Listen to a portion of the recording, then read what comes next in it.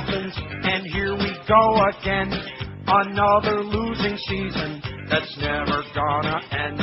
They never win, they never will, and I will never know why Sports Illustrated picked them to win the Super Bowl. And they're the Miami Dolphins, Miami Dolphins, Miami Dolphins number. How many teams in the league? 32. Miami Dolphins, Miami Dolphins. The same old story, nothing new.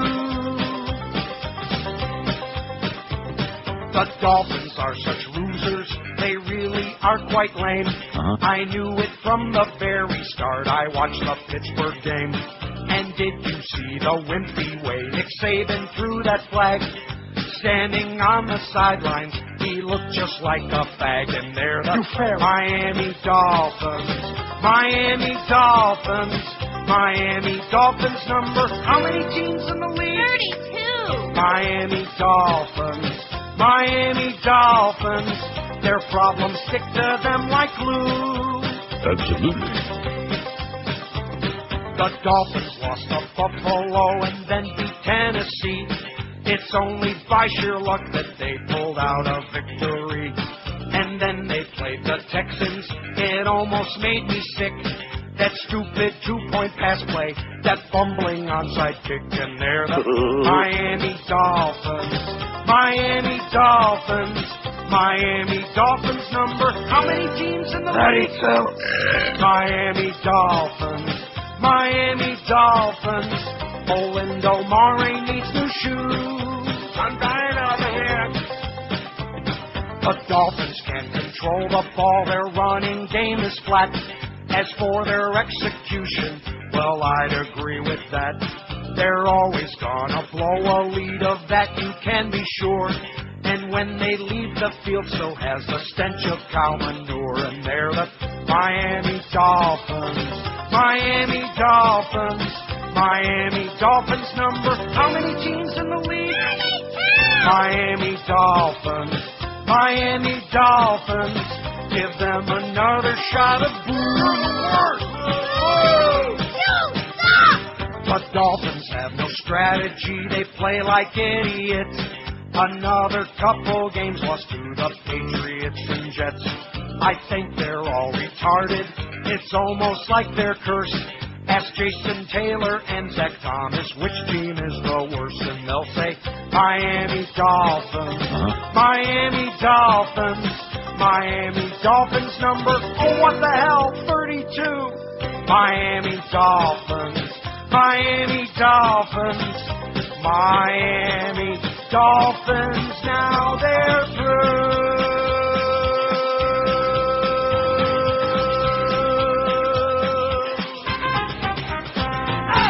You know what their motto is now, Nick Saban's motto for the rest of the season?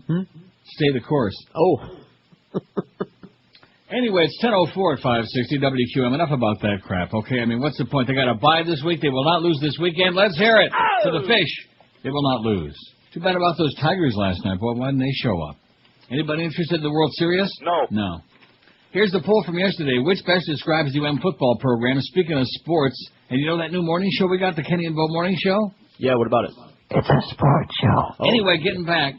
Which best describes the UM football program? 1,539 votes. Of no interest to me, 494. Of no interest to me, 32%, almost a third.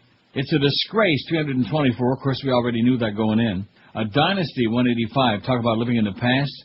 A joke, 145. Thugs, 139. Thugs did very well. I hate this poll, 94. It's exciting, 86. And boring, UM football, 72. There you go. George has no interest. He couldn't care. He just he wishes they would just all stop playing with these balls, is what he wishes. Oh, just cut the crap. Nothing to do with me. Stop already. Okay, here's today's poll, thanks to a listener who faxed it in. What do Americans do better than anyone else in the world? We got 974 votes already, and our goal is 1,000. I think we can do it. Don't you? Oh, yeah. Americans do it better than anybody else. Spend money on crap. 277. Stay stupid, 167. Stay out of the loop, stay uninformed, stay as stupid as you possibly can be. That's the American effing way, man. 167. Deny reality, 141. Make war, 93. Kill, 76. Pollute 55, waste time 46, movies 39, screw 31. I can't say the F word. No. Can I? Screw 31. I'm sorry, make love 31. Prove. Excuse me. Party, get intoxicated 18, medicine 13, lie 13, and drive badly 8 out of 980. I would think drive badly, especially in South Florida, would do better than that. Although I will say this, in Italy they drive worse. Yeah. In Rome? Oh, my. Well, what do you mean, yeah? How do you know? I'm hearing stories from all How do over you know? Europe. Where have you been? You say it. Everyone that's been there says it. The worst. Even worse than in Massachusetts. Huh? 50 banane. Anyway, I can't get that out of my mind. Just shut up already, okay? Hit the machine and shut up. Man, some of these people. Alleged victim of priest who fondled Foley sues Miami Archdiocese. You see this? There's another one. And I'm sure that where there's another one, there's a bunch more. Wow, they better pass the plate again. Like a bunch of bananas. 50 banane. A Catholic priest who admitted fondling former Congressman Mark Foley 4 decades ago and who said he liked it, has another alleged victim, a former altar boy, who will sue the Archdiocese of Miami today, so maybe he didn't like it. Maybe he didn't enjoy it. The accuser, identified as John Doe number 26 in his lawsuit, claims the Reverend Anthony Marciaca. See, now they keep pronouncing this guy's name all different kinds of ways. To me, it looks like Marciaca, but nobody says that. Okay. Anyway, the lawsuit claims that the Reverend allegedly performed oral sex on him in the late 1970s at St. James Church in North Miami. At the time, the accuser said he was between the ages of 12 and 13. Too young, Pops. Too young. And the board goes back. Now 40, he alleges the sex abuse incident occurred in a room at the parish on a Saturday after the altar boy practice and a bike ride with Marciaca, according to his lawyer, Jeffrey Herman. The priest told him not to talk about it with anyone, said Herman, who's holding a press conference at 11:30 this morning in his law office in Aventura. When Marciaca asked him on another occasion to go for another bike ride, the boy said no and never came back to the church. Marciaca, now living on a Mediterranean island, isn't it Malta? Yes, was pushed into the spotlight of scandal a week ago when Foley disclosed his name to Palm Beach County prosecutors as the priest who molested him in the mid-1960s when he was an altar boy at Sacred Heart Church in Lake Worth, and he enjoyed it. He liked it. He wanted it. In fact, didn't the priest have it on tape? Mm-hmm. He said, I wanted it. Yeah. Crap. Okay. Oh. In interviews with a handful of news organizations last week from his home on Gozzo, near Sicily, Gozzo, careful how you say that, Marciaca, 69, admitted touching Foley and swimming nude with him while he was a priest at Sacred Heart. 50 banane. That's how many bananas he's touched. Marciaca served there between 1966 and 67 when Foley was then 12 and 13. I guess that's his age, you know. Everybody's got an age. His is 12 and 13. In an October 19th broadcast interview with CBS's Katie Couric, Marciaca denied he was sexually involved with any other minor. No, never, he responded when asked by lightweight Katie. Foley did this, and this one did that, and bada beep, bada boop. Church officials said they were not aware of any previous sexual abuse complaints brought against the Pops.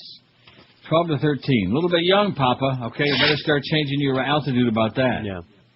Speaking of that, maybe this is a good excuse for the father. And of course, this story is it's like saying, the sun is shining somewhere today. It's kind of silly. Researchers at the Kinsey Institute for Research in Sex, Gender, and Reproduction at Indiana University say most men are always thinking of sex. Right. I mean, isn't this profound? Doesn't this shock you? Shocked and amazed, yeah. A study released yesterday in the journal Proceedings of the National Academy of Scientists found that 54% of men and 19% of women admit they think about sex every day or several times a day in a society where they're bombarded with subconscious erotic images. That hasn't got a damn thing to do with it. No. Scientists at the University of Minnesota found sexy subliminal images competed for attention in the brain, even when the images were not before a subject's eyes, and most people are not consciously aware of them, ABC News reports. Well, what does that mean? Well, what does that mean? Sexy subliminal images competed for attention in the brain. Researchers also found sexual orientation often determines how the brain reacts to erotic images. Heterosexual women, for example, were more tuned into pictures of naked men, the same reaction exhibited by homosexual men. But homosexual women were equally attuned to naked images of both sexes, the report said. Lesbians. Well, did that make you feel a lot better about life? There's hope for you. Sure. Heterosexual women were more tuned into pictures of naked men, the same reaction exhibited by homosexual men. Now, pictures just, like I told you before, not big into pictures. I think you get to a certain point in life where pictures just don't cut it no more. You know what I'm saying? Well, it's worth 1,000 words. $1,000? Which isn't to say that I haven't seen some pictures that I would, think to myself, well, where can that person be found?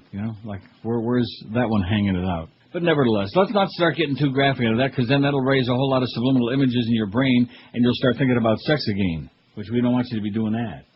We want you to be thinking about more pleasant things, like those Geico spots. Yeah, I got the check. Got my car fixed. It's my birthday. Fixed my bumper. New tail lights. Geico. Real service, real savings. It's my birthday. Yeah, like that little midget, Vern Troyer, that midget. 1,012 votes on the poll. It's only 12 minutes after 10. How do you like that, huh? Is that impressive or what? In spite of that WMEN down up the dial, up the street, up the road. How the hell did they get that deal? No, you were right. It's Clarence's fault. And Greg Reed. That's what George said before the show. He said Greg is running around the hall dressed like a slob, and Clarence is the one who's, it's got to be a sports show. It's got to be a sport. That's what George said. Right. Did Josh say that? No, I said it. What do Americans do better than anyone else in the world? They got 1,021 votes. Now, this screw, 33. I mean, See, one thing I learned, maybe living here. Now, I guess it's traveling around the world, but I think living here's got something to do with it, because it's such a polyglot. You ever see polyglot? No, what's it look like? Not a pretty picture. But, and that is, if you want to think about the different kinds of people, like from India and Japan and different parts of the world, just stop and think about certain common denominators, okay? In fact, you know what it's gross, but the easiest one, when people sit on the throne, it's all the same. Well, you know what I'm saying? It depends on what they've eaten. Well, I'm not talking about the composition of it, okay, or what it smells like, or what it like I said, forget about it. The biggest names, the best talent. Some people don't think. Neil Rogers. In other words, everybody's full of crap. That's what I'm talking about. Oh, okay. Are you drudge packing? Do you feel depressed? Are you sick of the Miami Dolphins? Do you want something a little exciting for a change? Then you gotta start watching the Miami Hurricane! Yo, it's a football game, a boxing match, and a riot all wrapped up in one! Even our announcers are down with the cause! Now, that's what I'm talking about. You come into our house, you should get your behind kicked. You don't come in the OB playing that stuff. You'll cross the ocean over there. You'll cross the city. You can't come over to our place talking noise like that. You get your butt beat. I was about to go down the elevator and get in that thing. Yo, so if you want real entertainment, check out the Miami Hurricane. Ain't that right, baby? Uh-huh. Yeah, take it to the house, man. It's 10:18. I think a lot of the Hurricanes ought to be taken to the big house. Anyway, speaking of going to the big house, Danny Rolling tonight's going to get offed. All right. Huh? I said, all right. Unless the Supreme Court decides to intervene. I don't think that's going to happen. Do you think the phone is going to ring there at the last second? It's going to be fat-ass Governor Bush saying, this ain't a good idea? No. The only sad part about this is that they don't, I think they ought to crank up old Sparky again up there in Stark. Sparky and Starky. Wouldn't that be good?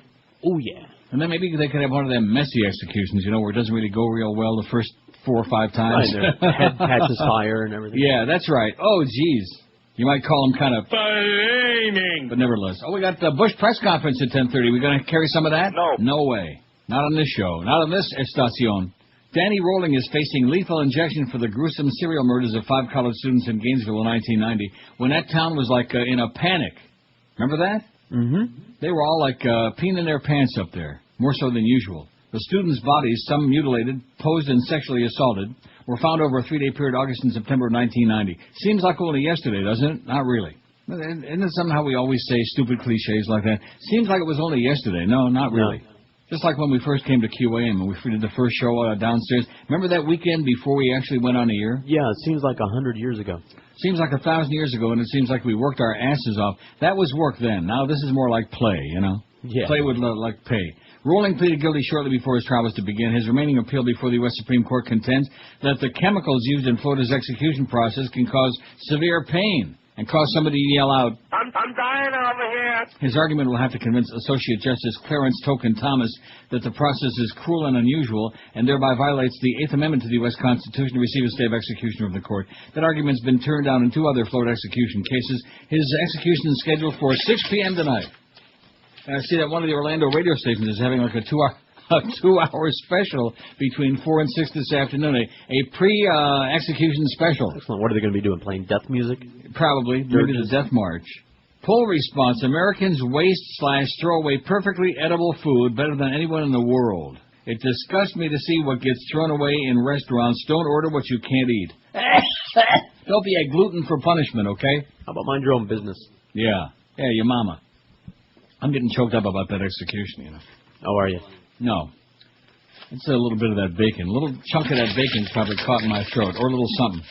I saw Spider-Man 2 last night. I got a little choked up there at the ending. It was, I let out a really great guffaw, great laugh when he's saving her for the 8 millionth time, Mary Jane there. She's always getting in trouble. And this is in the climactic scene of the movie, and he's like holding that whole big section of the building that's like falling in, and she's like laying down there ready to like, go to her horrible death.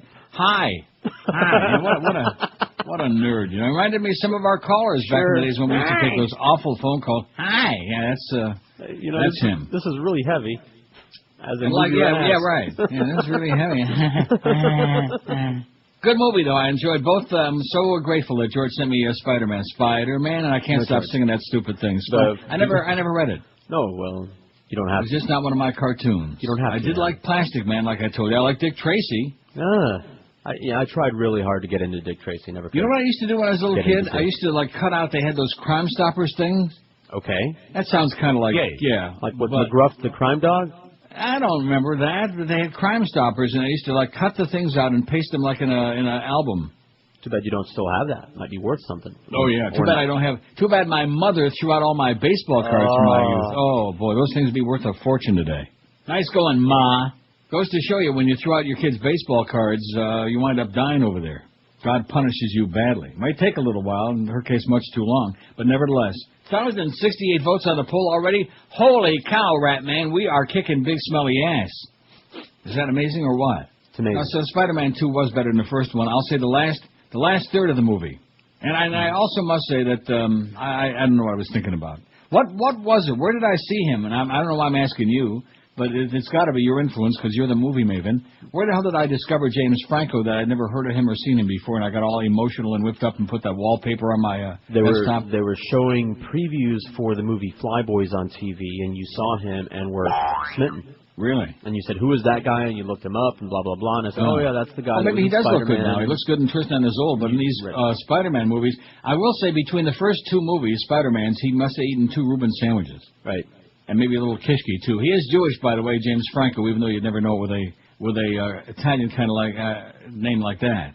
I wonder if he says, cinquanta banane. I don't know why that sticks in my mind so much. It's just, you know why? Because it's so typical of what happens in South Florida, why people get offended by people who speak in a language that they don't understand. And I can speak a little Italiano, a little bit. I understood some of what the crap they were spewing, but it's just annoying, you know?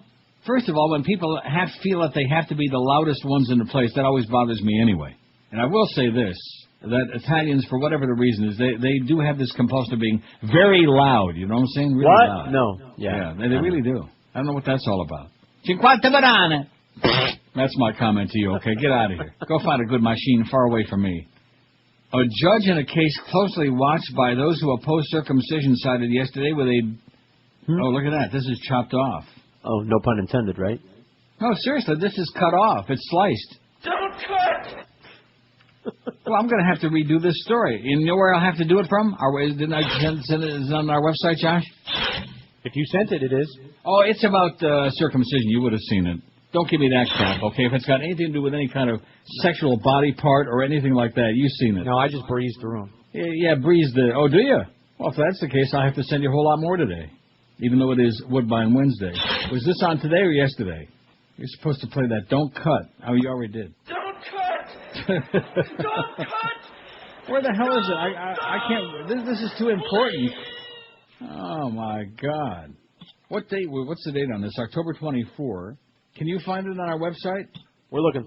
Judge rules, because that's the only way I can do some of these stories, is to print them out off of when Josh gets them on. They're nice and clean and pristine, you know? And it's not chopped off or sliced or circumspect. I don't think it's on there. There's report finds sex always on men's minds. Fish, still not a healthy choice. We'll get to that. Loaded with mercury, baby. Yeah. Don't be eating them fish. Stay away from fish. That's a policy I follow. Might have some. Maybe I didn't send you this story. Did I? Obviously not. Well, no, it would be. No. Well, I'll have to go back during the break from WCBS TV. Oh, my God. Well, it's an important thing then. The judge said circumcision is an extraordinary medical procedure for a 9-year-old and something else. The whole right-hand column is chopped off in this. And I know you're going to say, well, if you would do it like every normal person does, well, you know what? Too bad. I'm not normal and I don't want to do it like normal. No, I'm never going to do that. When in doubt, I like to print it out. And the good news is I got my long extension cord here, my long telephone jack extension cord, so I don't have to worry about potchking back and forth with that real primitive printer that you talked me into going out and buying. No, seriously, that was a bad mistake. When that thing said ribbon, ribbon is finito. Should have a ribbon ceremony for that. Yeah, that was about a ribbon printer. What kind of a big shot? And, I maintain the studio, baby. I don't need anybody coming in here potchking around with it. I maintain it, and I guarantee you right now, I'll bet you dimes to your donuts, even the ones with the sprinkles on them, that this studio is in a lot better condition and better maintained than that piece of crap you're sitting in right now. Oh, there's no question. For one thing, you don't have people routinely going in there and potchking with everything and stealing everything of yours. That is correct.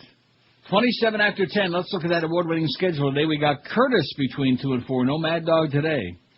And then we got 4 to 5. It says the Power Hour with Hank. I mean, I would get Curtis right now and just slap him silly, okay? Just slap him until his pants fall off. No. The Power Hour, Hank's on 4 to 7, or 4 to 6:30, because we got Panther preview at 6:30. The Panthers and the Rangers, 7 o'clock tonight, with a pregame at 6:30 and Eddie K after the hockey game.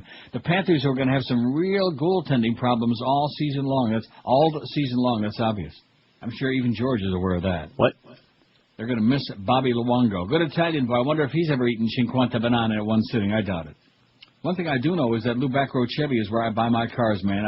I was thinking this morning, I was in the shower and I've been trying to think about how many years I've been driving Corvettes. I think my first vet I got in 87, almost 20 years ago. And that's why I've been buying cars at Lou Back Road for about 20 years now. You can't beat their service. They're friendly salespeople who know their craft, and, of course, their service are unmatched. And their price is the best anywhere in town. And right now, Lou Back Road is doing something they've never tried to do before. They want to sell 1,000 cars in 1 month for the first time in their history, so they have what they're calling Race to 1,000. By the way, we got 1,000 and some votes already on our poll. We got them beat. We got 1,082. Aren't you proud? I am.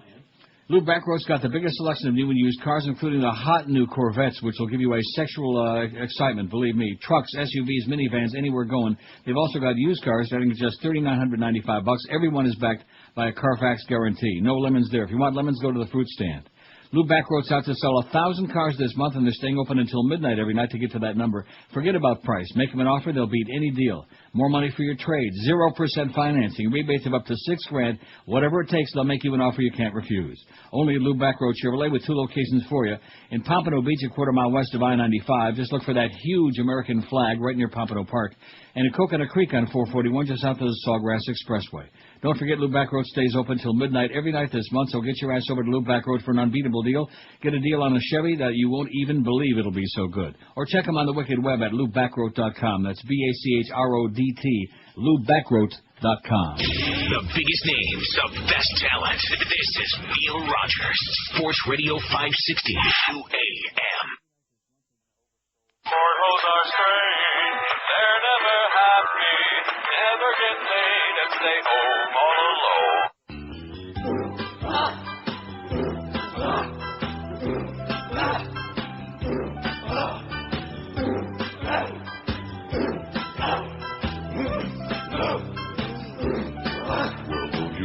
That's the sound of the men in Jake and Charlie's game. J-D-J. That's the sound of the men in Jake and Charlie's game. Jake. You thought that homely Mark Foley was straight. What a surprise. He's not the only Republican phony who likes guys. In time you'll find Christ is gay. The moral party swings both ways. That's the sound of the men in Jake and Charlie's game. Daisy That's the sound of the men in Jake and Charlie's game. Chain. La la la la la la la la la la la la la la. Oh, la la la la, the Republicans. You know, I just came to a major conclusion about myself. You know what? I'm stupid. Okay. Well, there's your president, speaking of stupid. Yeah. Would come to Iraq to fight and try to... He never said stay the course, by the way. He never said that. He said cut and run. Okay. Oh, speaking of that, you know, the reason I'm stupid is that I'm not stupid, I'm stubborn. And when you're stubborn, that makes you stupid. Mm-hmm. It's like sitting and playing the same machine for hours that you know is dead as a doornail, and thinking that maybe, you know, by some miracle it's eventually going to pay. That's called being stubborn and stupid. Okay. Because Mozilla Firefox is like, Explorer is evil, you're right. Internet Explorer is the Antichrist. Only AOL is more evil. Really? I'm not saying a lot. I didn't even print this out landscape style. I printed it out like a regular old, kicking it old style. And it's just fine. There's nothing chopped off at all. What a piece I of crap use that Explorer to download Firefox, and then I destroy it. Then I take it off my desktop. Blow it up. Kill it. Kill Explorer, baby. Anyway, a judge in a case closely watched by those who oppose circumcision sided yesterday with a divorced man who did not want his 9-year-old son to undergo the procedure. Don't you think that 9's a little bit too old to be having circumcision? Whatever. Circuit Judge... Oh, you're sure changing your tune. I have. I don't care anymore. Oh. Circuit Judge Jordan Kaplan said that circumcision is an extraordinary medical procedure for a 9-year-old and that the boy can decide for himself when he turns 18. Oh, when he's 18, he ain't going to want to have that. Oh, man. The boy's father sued to block the operation in a dispute with his ex-wife. The couple's 2003 divorce decree gave the father the right to be consulted before the boy underwent any extraordinary non-emergency procedure. The father said he believed surgical removal of the boy's foreskin could cause long-term physical and psychological harm. The child's mother wanted the procedure to prevent recurring infections. She testified that the boy had suffered 5 bouts of painful inflammation and he begged her to help him. Newborns in several mainstream religions are routinely circumcised as part of their faith, but religious beliefs didn't figure in the ruling. The AP is not identifying the parents to protect the boy's privacy, to protect his privates. Alan Toback, the father's attorney, said the man is extremely happy with the judge's decision. Most U.S. newborn babies are still circumcised. I bet you didn't know that. I didn't know that. I did. I thought they stopped doing that. No. The insurance stopped paying for a lot of cases of it, but that's all that happened. The rest of the world, other than like the Jews and the Arabs, are largely uncut. Correct. I've discovered that through my own personal explorations. I read a story. But a growing number of parents are opting against the surgery. The percentage of male babies circumcised has fallen from an estimated 90% in 1970 to about only 60% today. Unclean. In the 1999 policy statement that was reaffirmed this year, the American Academy of Pediatrics said there are potential medical benefits to circumcision, including a reduction in risk of urinary tract infections, but the Academy said there is not enough evidence to recommend routine circumcision of newborns. In other words, bada beep, bada boop, whatever, que sera, sera, you know? Like that. God. We have changed our force structure. See, there he goes again with that foreskin. See that? Mm-hmm. Rock and roll legend Elvis Presley has ceded his crown. Guess who is the top earning dead celebrity now? It's no longer Elvis. Kurt Cobain. Oh, you already saw that. It was on the crawl earlier. He's crawling? Not bad more. for a dead guy, huh? The list published yesterday said grunge rocker Cobain earned $50 million between October 2005 and October 2006. Presley wound up in the number 2 slot with $42 million, down from last year's $45 million. The king is sliding, man. The king is slipping. How did they get that show over there, Dow? I just can't believe it. No, it bothers me. It bugs the crap out of me, you know. Just like I keep wondering, why was I so obsessed with James Franco? What's the big similar with him? He looks like a punk in those movies, but they're very good movies, though. Spider-Man, I can't stop singing that. Because of that guy on the street, the street singer guy? Yeah, whatever he was. Forbes.com bases its dollar amounts on licensing deals for using the deceased celebrity's work or image in advertising or elsewhere. I'll tell you one thing, Tobey Maguire should be inspiration to everybody, you know what? Oh, yeah, you can be really mediocre and I mean, when you've got as little personality and talent as he's got, I mean, he's good in that, don't get me wrong. He was fine, and I don't like him. That was the whole idea. They tried to find somebody who had a personality like a dead man, and that was him. Now I got to send you Cider House Rules. Why is that? Because he's in it, and it's a good movie, and it's also not. I don't have no obsession with Tobey Maguire. No, because I said he was good in Spider-Man. Michael Caine's in it. Yeah, well, he's all right. It's a good movie. He's always neurotic and crazy, which I think you don't have to act much either. Cobain's coup was due to his widow, actress and singer Courtney Love, who sold a 25% stake in the Seattle grunge group song catalog. New York music publishing company Prime Wave ranked after Presley is Peanuts cartoon strip creator Charles Schulz at $35 million. All the dead people are making the big bucks. All you schleppers out there are like, can't find 2 nickels to rub together, and all the dead people are breaking in the big bucks. Rounding out the top 5 were Beatle John Lennon at $24 million and groundbreaking physicist Albert Einstein at $20 million, whose estate profited from such licensing deals as the popular Baby Einstein educational videos. Those are good videos. Other celebrities on the list include Theodore Gazelle, better known as children's book author Dr. Seuss, rhythm and blues pioneer Ray Charles, silver screen legend Marilyn Monroe, and reggae superstar Bob Marley Man. Past top earners include songwriter Irving Berlin and actor Marlon Brando. What the hell was that? That was our Marlon. Oh, boy. What's the matter with you? I think your brain is going soft. Yeah, or some other body part. So there, speaking of your brain going soft. Community is also... Oh, brother.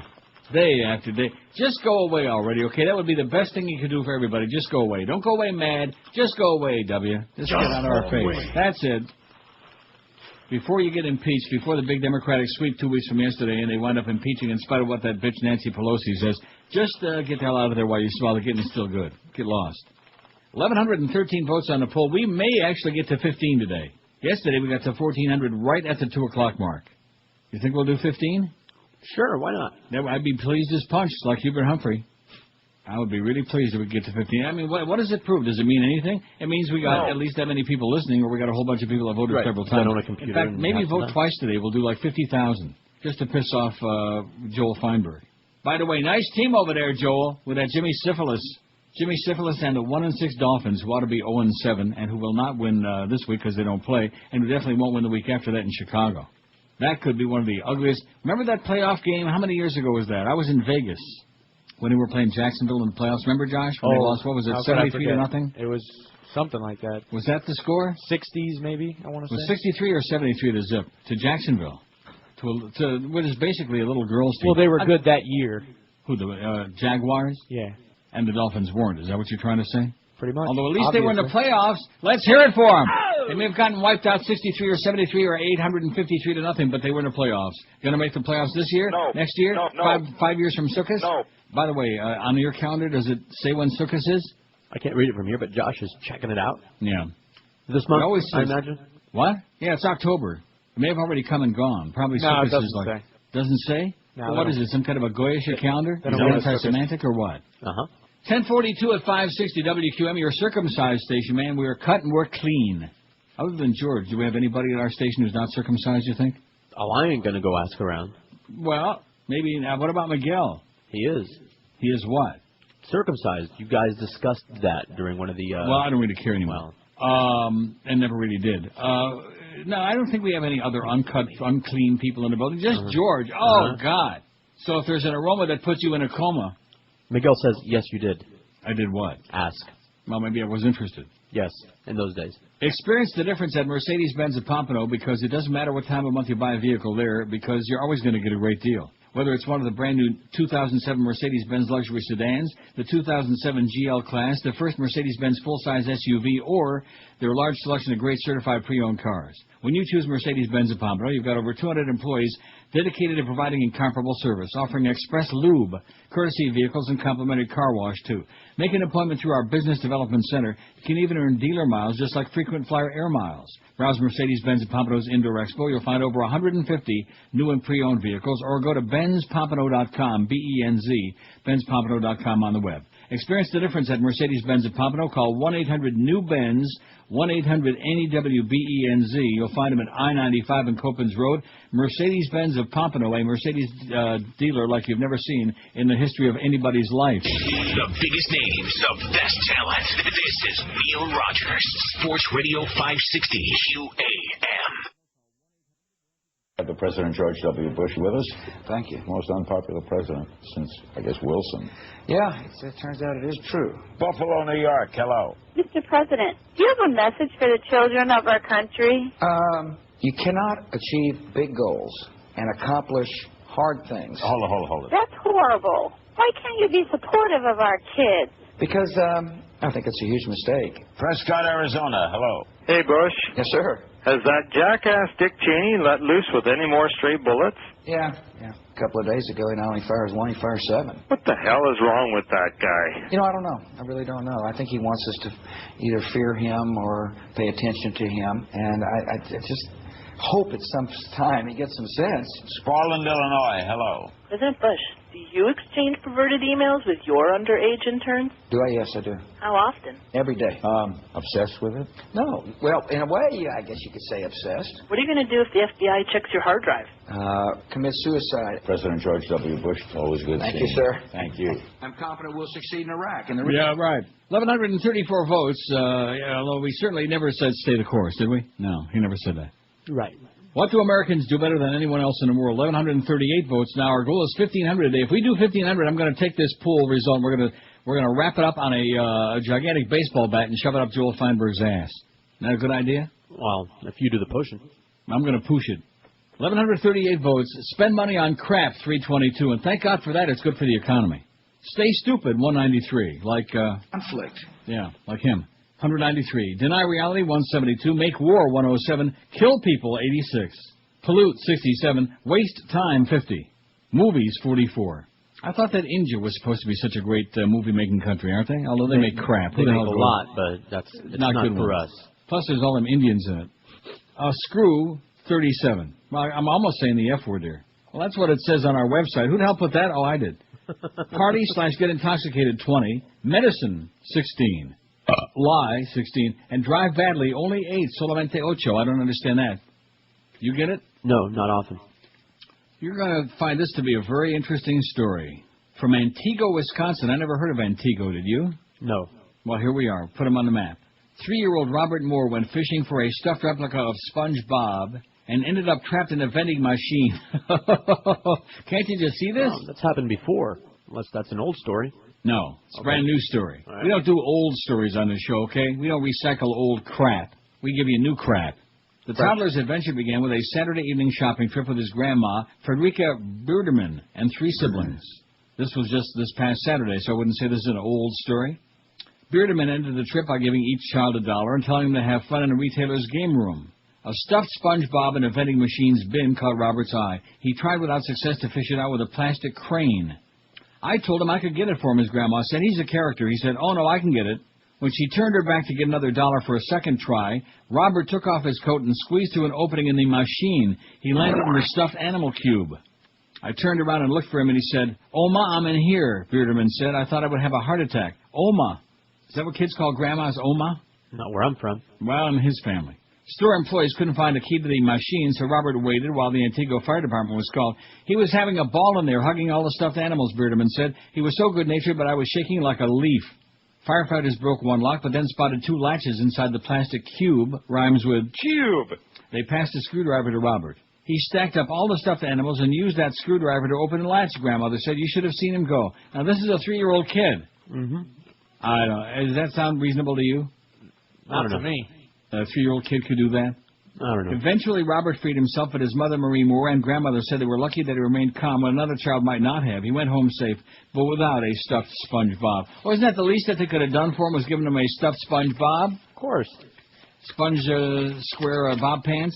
Jesus God. Or at least and we're constantly adjusting our tactics to achieve victory. Yeah, right. Well, you're doing a hell of a job, man. Heck of a job, Brownie Hound. Pathetic. Oh, speaking of Brownie Hounds, here's a Mark Foley story. You ought to see the look on. There's a picture here of him. He's got a grin like he just swallowed a cat or swallowed something. Maybe it was a canary. Oh, no. A State Department email to troops obtained by Ross Duray provided troops from Florida's 16th District with instructions for how to vote for the Republican replacement for Congressman Mark Foley, but omitted other candidates' names. Under Florida law, votes cast for Foley will be counted toward Joe Negron's total. Candidates have objected, however, that though Foley and Negron's names were used a combined total of 9 times, no other candidates are mentioned in the email. Democratic nominee Tim Mahoney took it upon himself to send a similar mailing to absentee voters. My name is Tim Mahoney, the Democrat wrote voters, and I'm running for Congress in your district. I'm writing you in an effort to ensure you have the most accurate information regarding the November 7th election. Mahoney's mailing included instructions for those wishing to vote for Negron Mahoney or independent candidate Emmy Ross. It's got a copy of the email here. How do you like that? There's again your Republican government in, once again trying to influence the outcome of an election. Beaten if they did not adhere to the strict, intolerant guidelines. See, there he goes again about talking about people being beaten. And this is his cabinet he's talking about. And quite, if you ask me, most of them deserve it. 1,151 votes, man. They're rolling along. Shouldn't say rolling, though. Wouldn't that be good if we had CCR rolling? Proud Mary? What do you mean? You got it? That would be something if you got Proud Mary by CCR, which I hate like poison. Oh, that's a Pete Bolger thing. On Zeta, they just were obsessed with CCR. Yeah, there we go. They're rolling, baby. 6 o'clock tonight. They're going to slip him the needle, Watson. They're going to stick it to him. They're going to pull him apart cell by cell, bit by bit.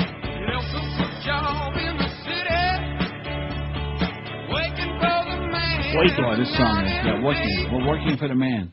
Well, you got to let it go to the part where they start doing roll. Come on, what's wrong with you? That was the whole idea. What's that? Proud Mary Lost it, Vine. Proud Mary. Who did this? Ike and Tina. Oh, God. No. No mas. Ike and Tina. You're not liking Tina? I'm not liking either one of them. Isn't he? He's dead, though, ain't he? No. Ike? No. I like Ike. Boy, I sure got a huge pile here, man. I got a big, fat, ugly pile. I didn't see that debate last night because not being in Florida to see when you're out of touch, out of the loop. Did you guys watch it? Of course not. Yeah. I'm busy watching Spider-Man 2. Spider-Man, Right. Spider-Man. And you're like sitting at home watching the Chris Davis debate. I'm wondering, did Jim Davis say... You fairy. No, he didn't say that. He should have. He should have. He just should have just said, hey, how come you won't tell everybody that you're you phony right-wing closet case? Should've You just said, closet case. You Mo? Mo. Yeah, they're going to write his ass in there, too. By the way, is he doing the Giants games on the radio, Josh? Do you know? I don't Mo? think so. You what? I don't think so. Well, there was a thing the other day about, in one of the Toronto papers, I think in the Sun, they were asking about best sportscasters and worst sportscasters, and somebody said Howard David, who used to do the Sunday Night Football, which it wasn't Sunday night, it was Monday night, so they were wrong right off the bat, and now is doing the Giants games. I think they're confused with the fact that he did the Jets games before he got tossed out on his ass on that. Maybe he does, I don't know. He's got a New Yorkie kind of guy, wouldn't you say? Okay. Maybe you could Google it, New York Giants football broadcasts, see who the voice of the Giants is. Wouldn't that be something if it was your close personal friend? And then one day in your resume you could say, hey, I once knew the voice of the New York Giants. Yeah, I'll put that on my resume. Now, back in the day, to show you how old I am, they used to be called the New York Football Giants. You want to know why? Because there were baseball giants? Yeah. See, even you know that. Wow. That's very good. I think George is qualified to do a morning show now. He's talking sports. That's right. Yeah, because there was the New York Giants who eventually became the San Francisco Giants. Josh should have jumped in on that. Being the Barney, I'm Googling Mo, the Barney Bonds supposed fan that is. giant broadcaster. Yeah, well, let's let the audience hang on that till after the break. Let's keep them hanging on the edge of their seats. Wouldn't that be something? Yeah, something. I mean, not that I really give a crap. 10:56 at 560 WQAM. Let me tell you again about Lou Backroad, what they're doing right now. For the first time in their history, Lou Backroad Chevrolet is offering them a chance. Well, they're not offering you anything except fantastic deals. But they're trying to get to 1,000 cars sold in 1 month. Never done it before. But they're going to do it. They got a week to go, almost. They've got the biggest selection of new and used cars, including the hot new Corvettes, which, believe you me when I tell you from personal experience, there is nothing, when it comes to driving a car, there's nothing that compares to sitting behind a wheel of a fantastic vet. Trucks, SUVs, minivans, the biggest selection anywhere at unbeatable prices. They've also got used cars starting at just $3,995. Every one of them backed by a Carfax guarantee, by the way. And like I said, Lou Backroad is out to sell 1,000 cars this month, and so they're staying open till midnight every night so they can get to that 1,000 number. Forget the price. Make them an offer, and they'll beat just about any deal ever heard of. More money for your trade, 0% financing, rebates up to $6,000. Whatever it takes, they'll get you a deal done. Only at Lou Backroad Chevrolet with 2 great locations for you. In Pompano Beach, a quarter-mile west of I-95, and in Coconut Creek on 441, just south of the Sawgrass Expressway. Don't forget, Lou Backroad is staying open till midnight every night this month, so get your ass over to Lou Backroad and get the best deal in history on a great new Chevy, or check them on the website at LouBackroad.com. The biggest names of best talent. This is Neil Rogers, Sports Radio 560 QAM. This is the Neil Rogers Show.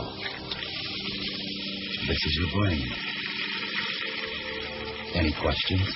And now a message from AAA, the African Adoption Association.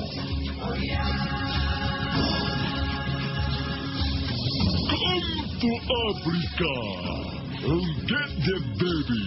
Unless you are a middle-income, average, everyday American family, we don't give you the baby, but we do give one to Sting.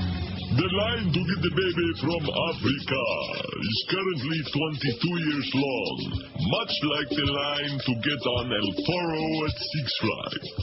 Unless you are Jennifer Aniston, then you can use the celebrity drive-thru window and order up whatever you need. Come to Africa, where the weather is hot and dry, and the babies don't hardly cry. Probably because we give them the camel milk, which seems to quiet them. It's easy to be the baby in Africa, unless you are an average Simba or Mufasa, or in your country how you say Dick or Jane.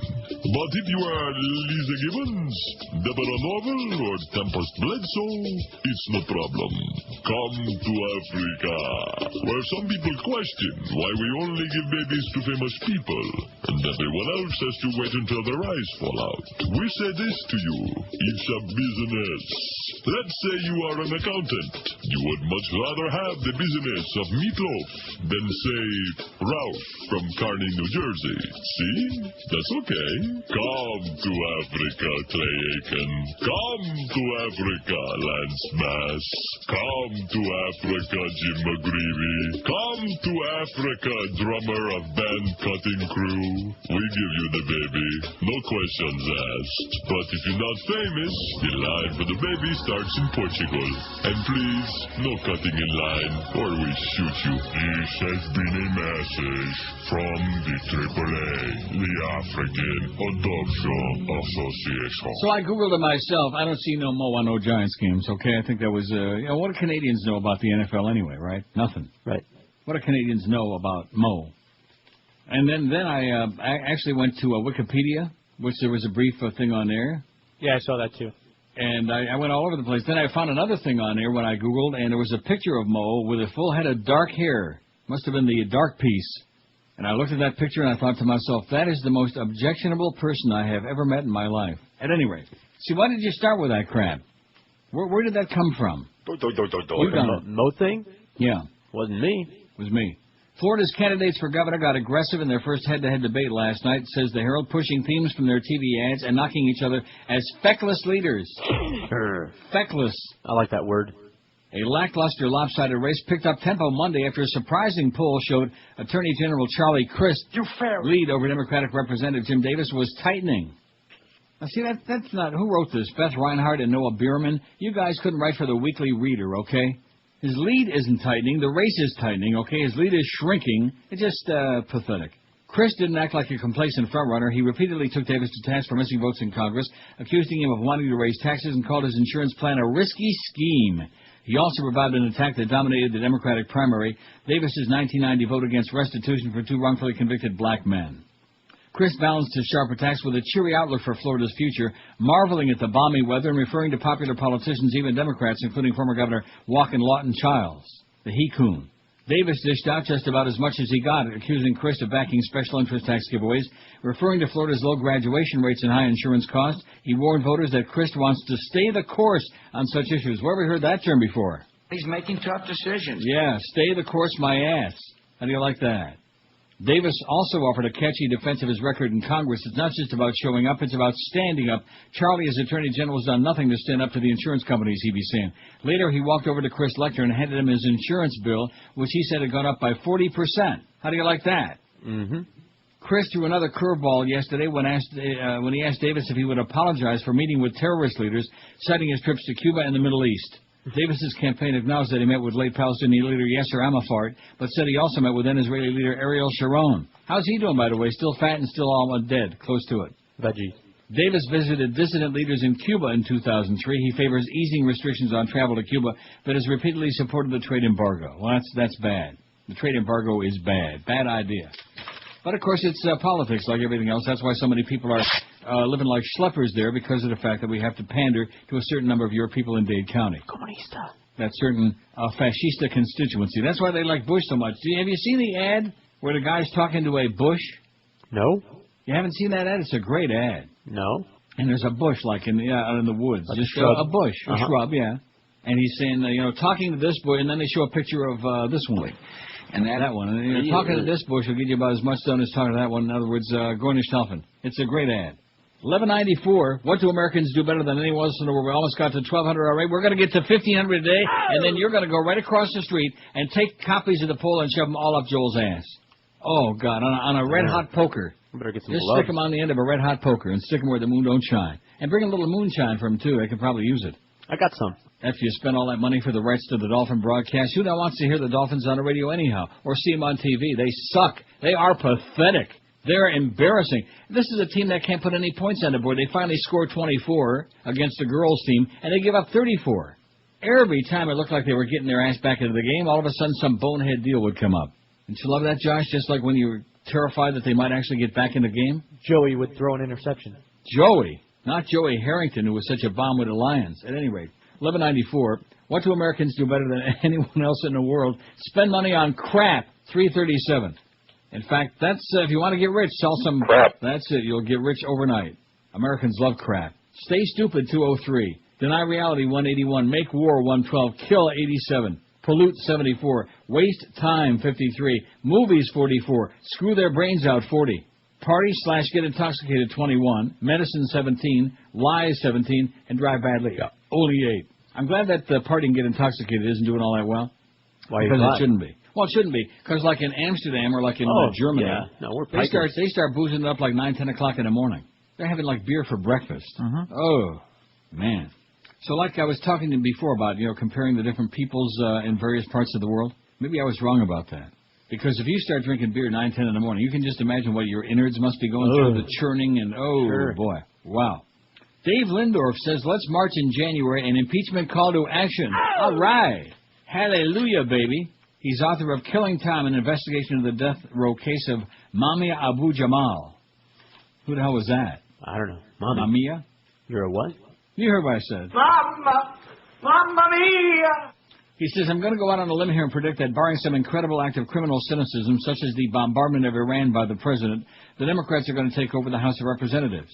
That being the case, I propose that it's time that all those patriots and lovers of liberty, all those who oppose the administration's mad imperial military policies, all those who recognize the so-called war on terror for what it is, a war on America, all those whose stomachs turn to the side of the fatal drowning of New Orleans, all those who are outraged at a president who claims the right to violate laws at will, to ignore acts of Congress and to snub rulings of the Supreme Court, all those who are sick of seeing their government function like a whorehouse for corporate johns, all those who are angry at having a government that tortures and kidnaps people, including children in our name, all those who know that there are dark secrets about 9/11 being buried by traitors in the White House, all those who despair at seeing the Bill of Rights ripped out of the Constitution article by article, begin a mass campaign to make impeachment of President Bush item 1 on the agenda of the next Congress. I propose that the anti-war and impeachment movements combine forces and organize a massive petition campaign to obtain 5 million signatures calling on the Congress to initiate impeachment hearings on President Bush's constitutional high crimes, misdemeanors, treason, and bribery, and that this petition be delivered to the future Speaker of the House, the unctuous Representative Nancy Pelosi, and the future Chair of the House Judiciary Committee, Representative John Conyers of Michigan. Delivery of this document could be made on January 20th, 2007, on the 6th anniversary of Bush's Be United first inauguration. If the grassroots campaign organizations that are mobilized for Election Day turn to gathering signatures off the same voter list right after Election Day, it shouldn't be hard to get at least that many signatures. There already are a number of groups like Veterans for Peace collecting signatures. These efforts can be coordinated. I propose that this petition then be carried by demonstrators in a reverse uninauguration impeachment march that could assemble at the White House and proceed down Pennsylvania Avenue to the Capitol steps, retracing the impeachment march Bush tried to make before his entourage started to face heckling and eggs. There, a set of proposed articles of impeachment could be formally read out, perhaps by members of Congress, who would later be submitting them as formal impeachment bills to the House Judiciary Committee. We're going to need something like this because the Democratic leadership, most notably Pelosi, but including the likes of Democratic House Campaign Committee Chair Representative Rahm Emanuel, and many of those in House Democratic Leadership Council, are publicly stating they will try to block any impeachment bills. Although it's clear from many national polls that more Americans today want this criminal president and usurper impeached than ever wanted either Clinton or Nixon impeached, these craven and cowardly leaders seem to think that they'll be punished by the Republicans if they attempt it. This is nonsense. It's the Republicans who've been dismantling Congress as a functioning branch of government who are out of touch and who are now being rejected by the public.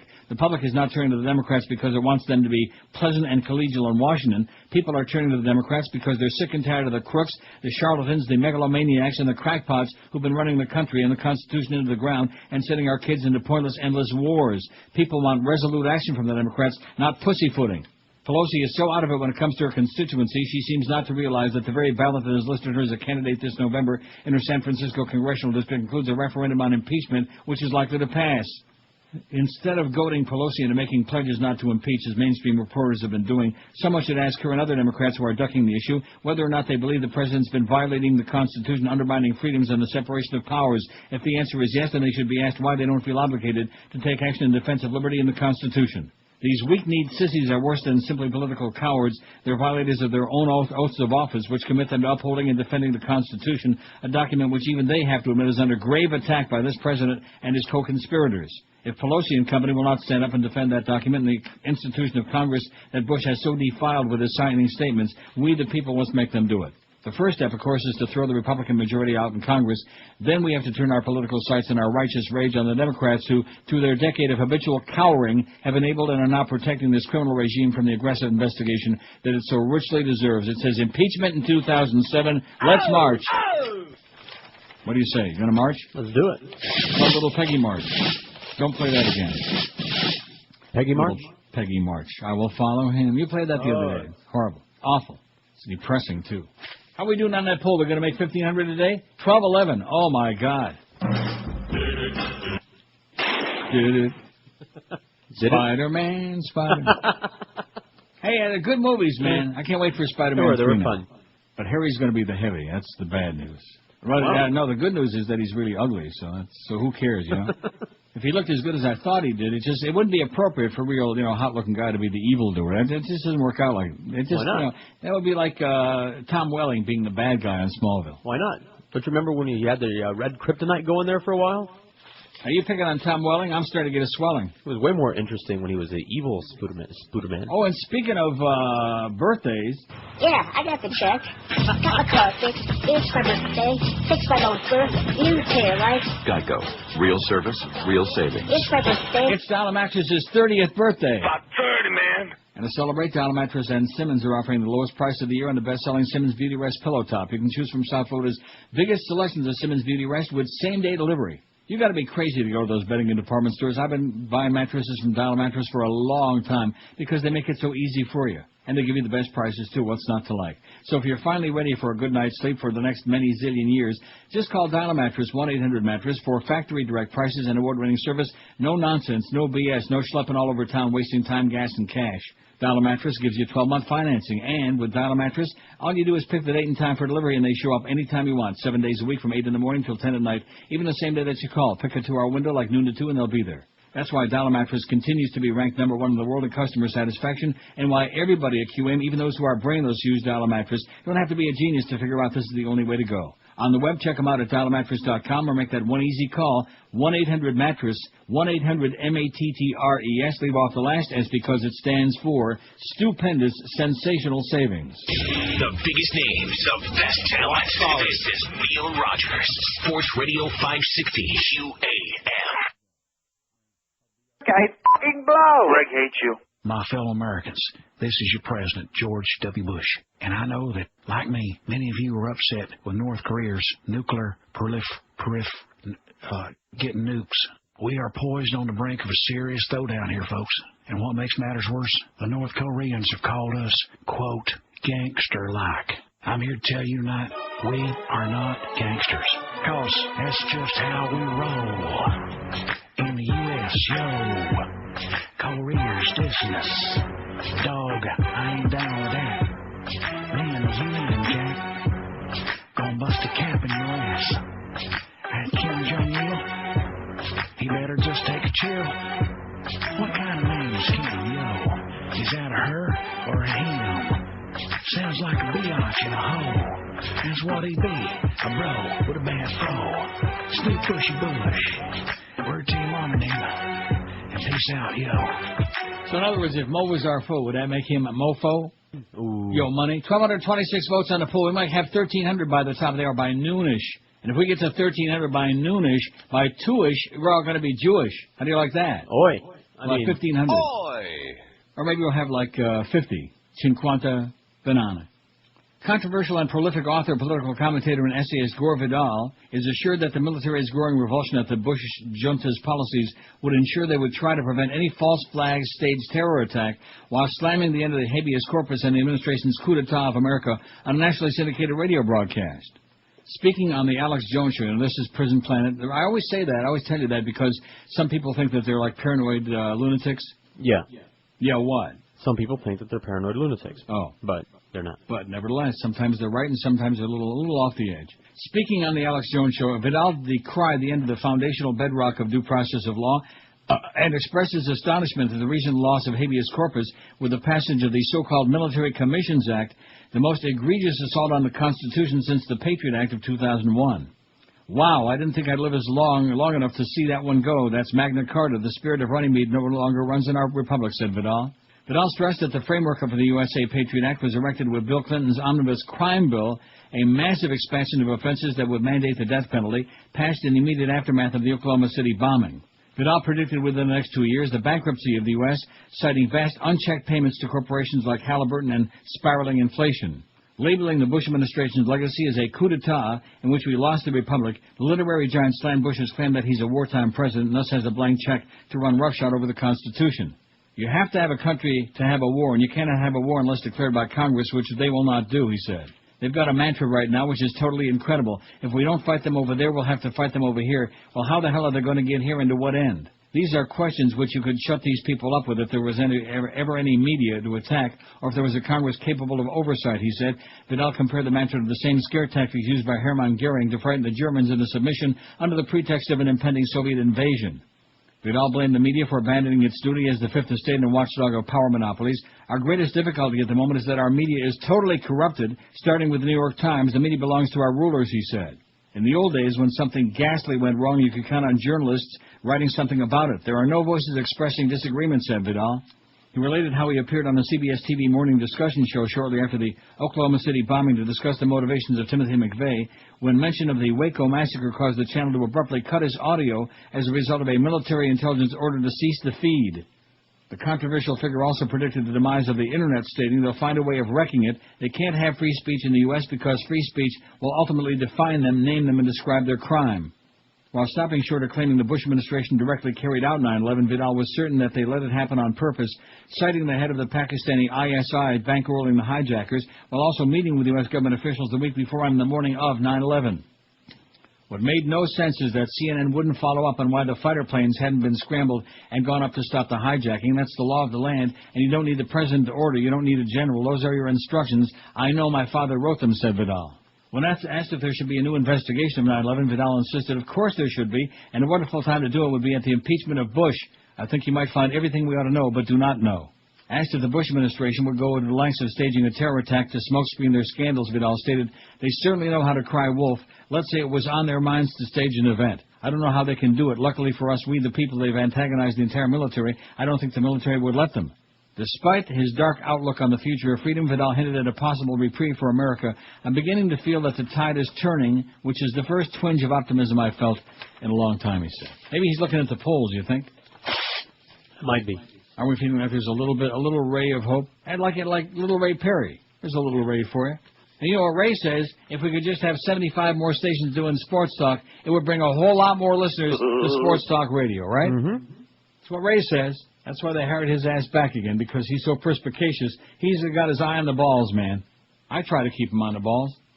1,241 votes. Boy, I think we got a real good shot today, you know? I could be wrong. You must think I'm crazy. Well, yeah, but... When do we ever get to 1,500 votes? During the show, huh? During the show. And don't forget now, 5 o'clock this afternoon, your assignment. Well, let me set my reminder. Yeah, see, if I wouldn't have said that right now, you wouldn't have changed the poll. Yeah, maybe Josh would have remind me. Josh would have said, oh, the old man's out there at Woodbine losing his ass again. I better switch that poll. Wouldn't you have said that, Josh? Yeah. No, you wouldn't. Well, last time I tried, and, you got home early. And I beat you to it. But if I get home early, that means I won a lot of money. That's good news in both ways. That means I won a lot of cash, which means maybe I'll be sending out some people a check, although I don't know. I don't like to make promises and then not follow through, you know? Yeah. Or maybe I won't. Although if I went there today and won the progressive jackpot, 166 grand on the dollar Wheel of Fortune, I would probably send you guys a few cents. That's sweet. We'll take it. Not a whole lot. Whatever it is. If it's a nickel, I'll take it. Okay, I'll send you a nickel and Josh a check. All right. For a nickel. 26 after 11 at 560 WQAM. Let me tell you again, for the umpteenth time, that Lou Backroad is doing it, man, this month of October. They're on their race to 1,000. For the first time in their history, they want to sell 1,000 vehicles in 1 month, and I think they can do it. And if anybody ought to do it, it's these people, because I've been buying my cars from them, my beautiful Corvettes and other vehicles, for a long, long time, about 20 years now.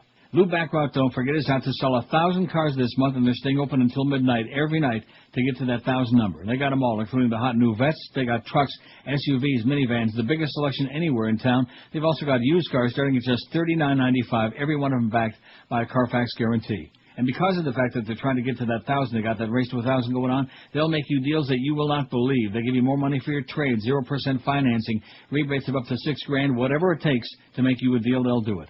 Only at Lou Backrot Chevrolet, 2 locations for you, in Pompano Beach, a quarter mile west of I-95, and in Coconut Creek on 441, just south of the Sawgrass. Don't forget, Lou Backrot's staying open until midnight every night, so get over to Lou Backrot this month. You got almost another week to go. It'll get you the best deal on a Chevy you ever heard of in your life, or do your shopping right on their website at Lou Backrot, B-A-C-H-R-O-D-T, LouBackrot.com. The biggest names, the best talent. This is Neil Rogers, Sports Radio 560 QAM. Neil God. Congressman Martoli gave me a goose on my side. My side. Said he wanted to give me some kisses too on my side. My side. My side. Foley told me he would take me out of Tijuana. State a moral Republican, man of honor. He knew I'm just a kid, but he put his hands and lips on my side. Like, he asked my opinion of would I like or not. Do you like it better on the bottom or top? And while you take a little time to decide, he said, here comes Chunky, open wide. I like a fine young man who places soft and smooth hands on my thigh. My thigh. All the chat room dudes I once stuck like glue to my thigh. Oh, I was molested as a boy, and I'm a heavy drinker. There's a plausible ploy. Hey, ain't I a thinker? I knew I made it as a page when a hand was placed on my thigh. What'd you say? I won't delay or say nay to a page whose hand is placed on my thigh.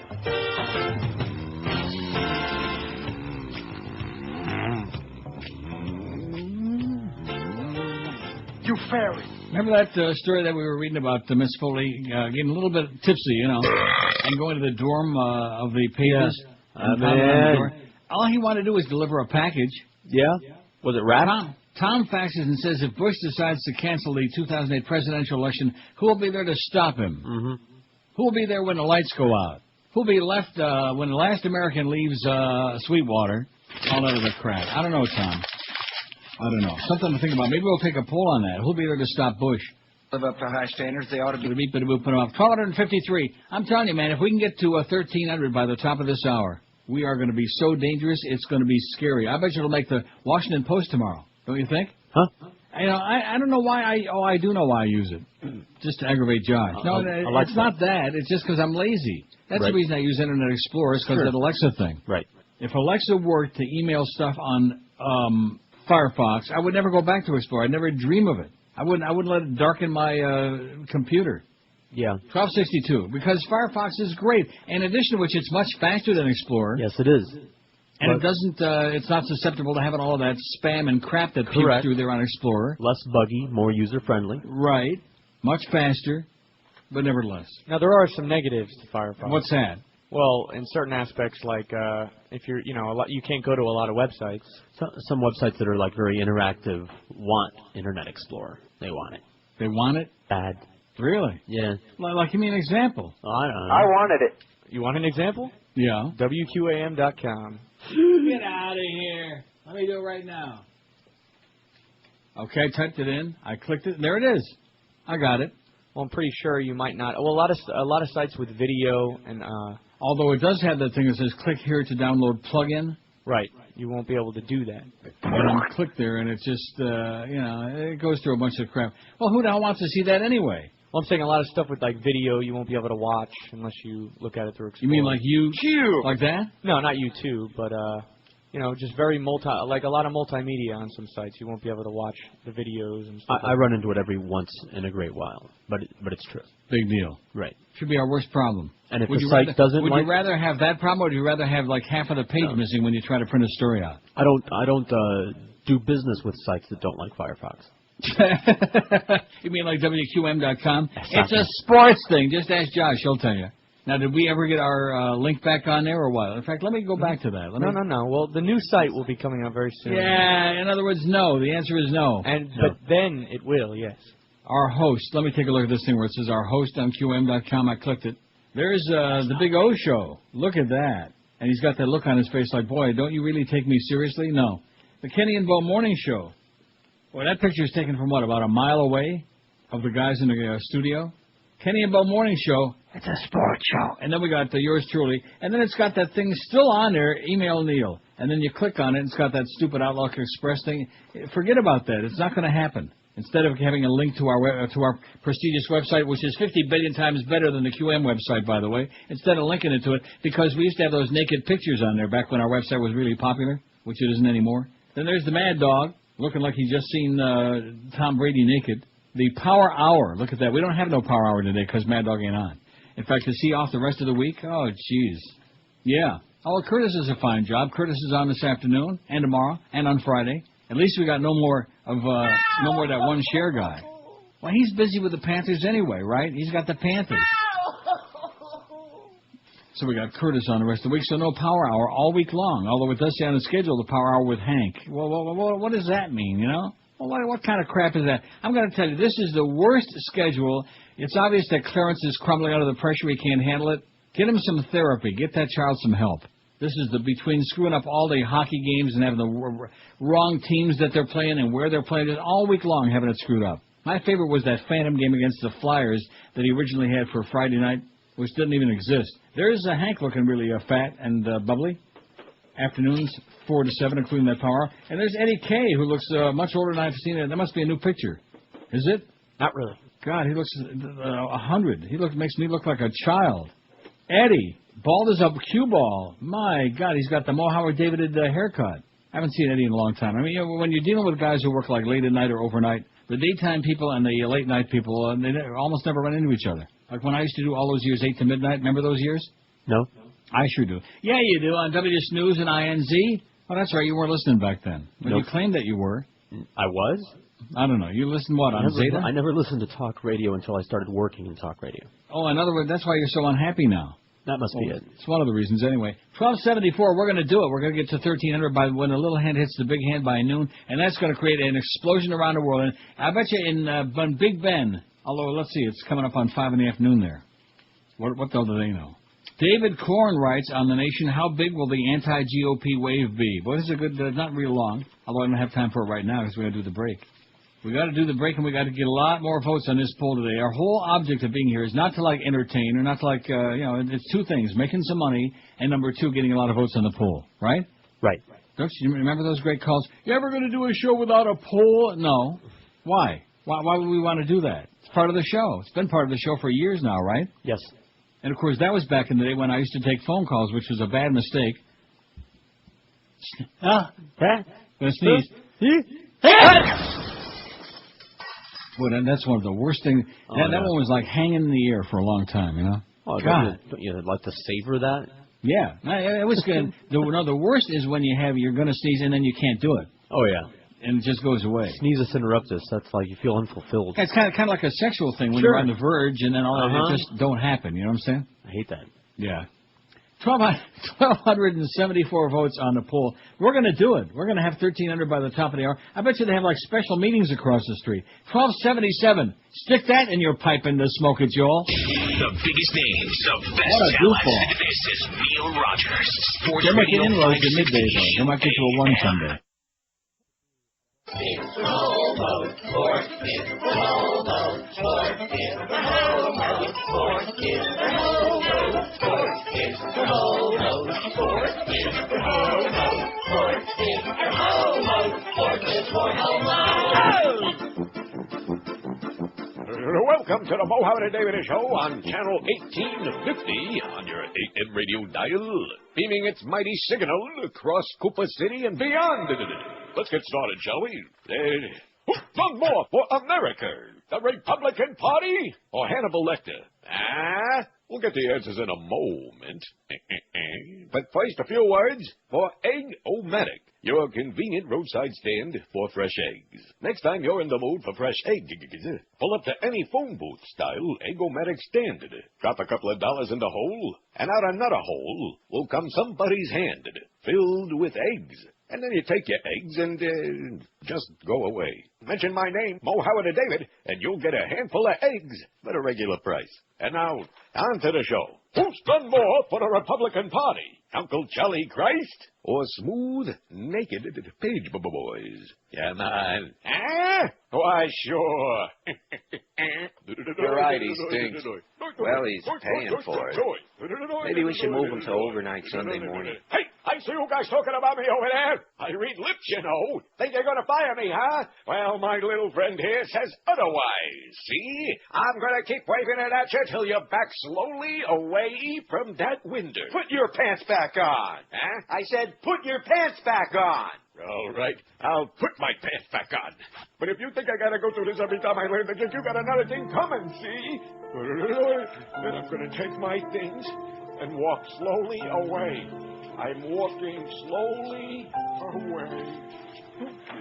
Bye-bye, Mo. You know, I have one question about Spider-Man 2, and that is, how did the professor, once he got those long tentacles? Yes. Once he put that outfit on there, how did he take a shower? Oh, well, he didn't beyond that point. Oh. I'm thinking maybe they spritzed the body wash on him. I'm thinking he got awfully gamey at that point. Yeah, he didn't look too sanitary. No, he was schmutzy. 1,292 votes on the poll. We're going to make 1,300 easy by the top of the hour. How do you like that, Joel? Put that in your peace pipe and smoke it. Put that in your bong and puff on it, you idiot.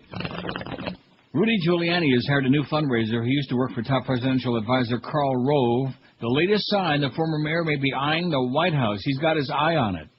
Margaret Hoover, 28, made $10,000 last month as the new Deputy Finance Director for Solutions America, Giuliani's Federal Political Action Committee records show. Hoover's resume includes working on intergovernmental affairs for Rove, widely considered to be the mastermind behind President Bush's 2 election steals, and working for Bush's 2004 campaign operation.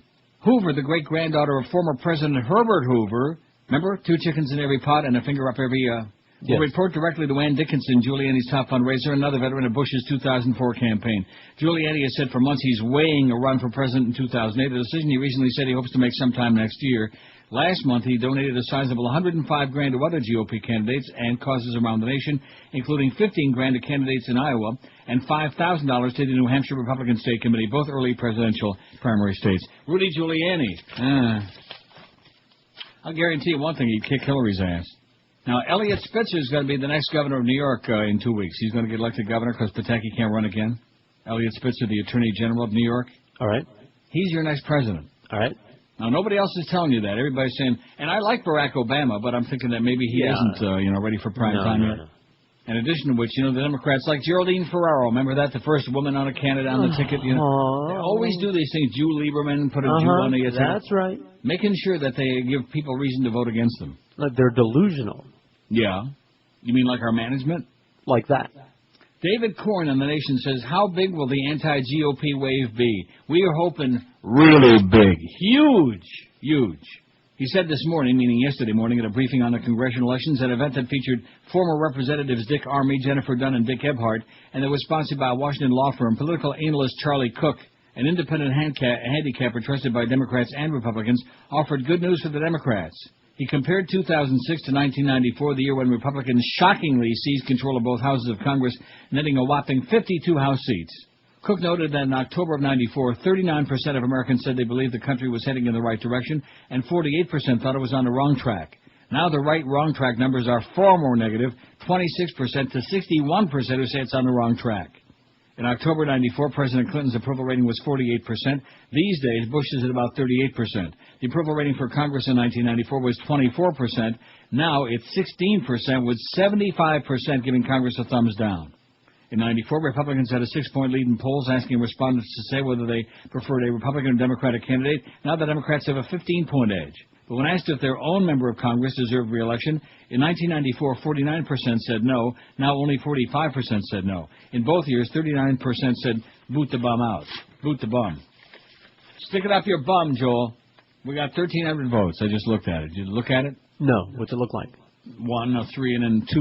Oh! Yeah, that kind of looks like the big number in the morning there, that 0.5, between 5 and 7. That must be just a fluke, okay? Because he is legendary in his own mind.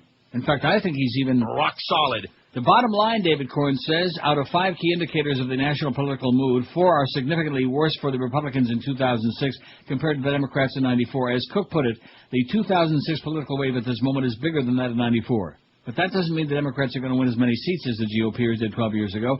Gebhardt cautioned that congressional districts are far more gerrymandered these days than they were back then, which means fewer are in play, and that Republicans have had a year to prepare for this election and build a wall to hold back the coming storm. In 94, he said Democrats were taken by complete surprise, and Dunn, perhaps trying to convince herself, maintained that her party had plenty of money to dump into the limited number of House contests up for grabs and will be able to prevent the Democrats from picking up more than a dozen House seats. They need 15 to get control of the House.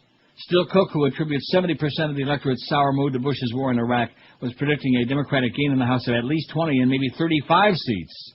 As for the Senate, Cook described it as a toss-up, with control of that body resting on what will happen in Missouri, Virginia, Tennessee, and New Jersey. The Democrats, according to Cook, probably will need 3 of these 4 races to win the Senate. He warned that there is a fair bit of volatility within the electorate and that it's nearly impossible to predict what will be happening by adding up outcomes in individual House races. In 94, he recalled, he and other trackers foresaw a GOP gain of 20 to 30 House seats, but nothing like what really happened. When there's a wave, Cook said, they always go bigger than you expect. Isn't that what the Beach Boys said? Catch a wave, it always gets bigger than you expect. That's what they said.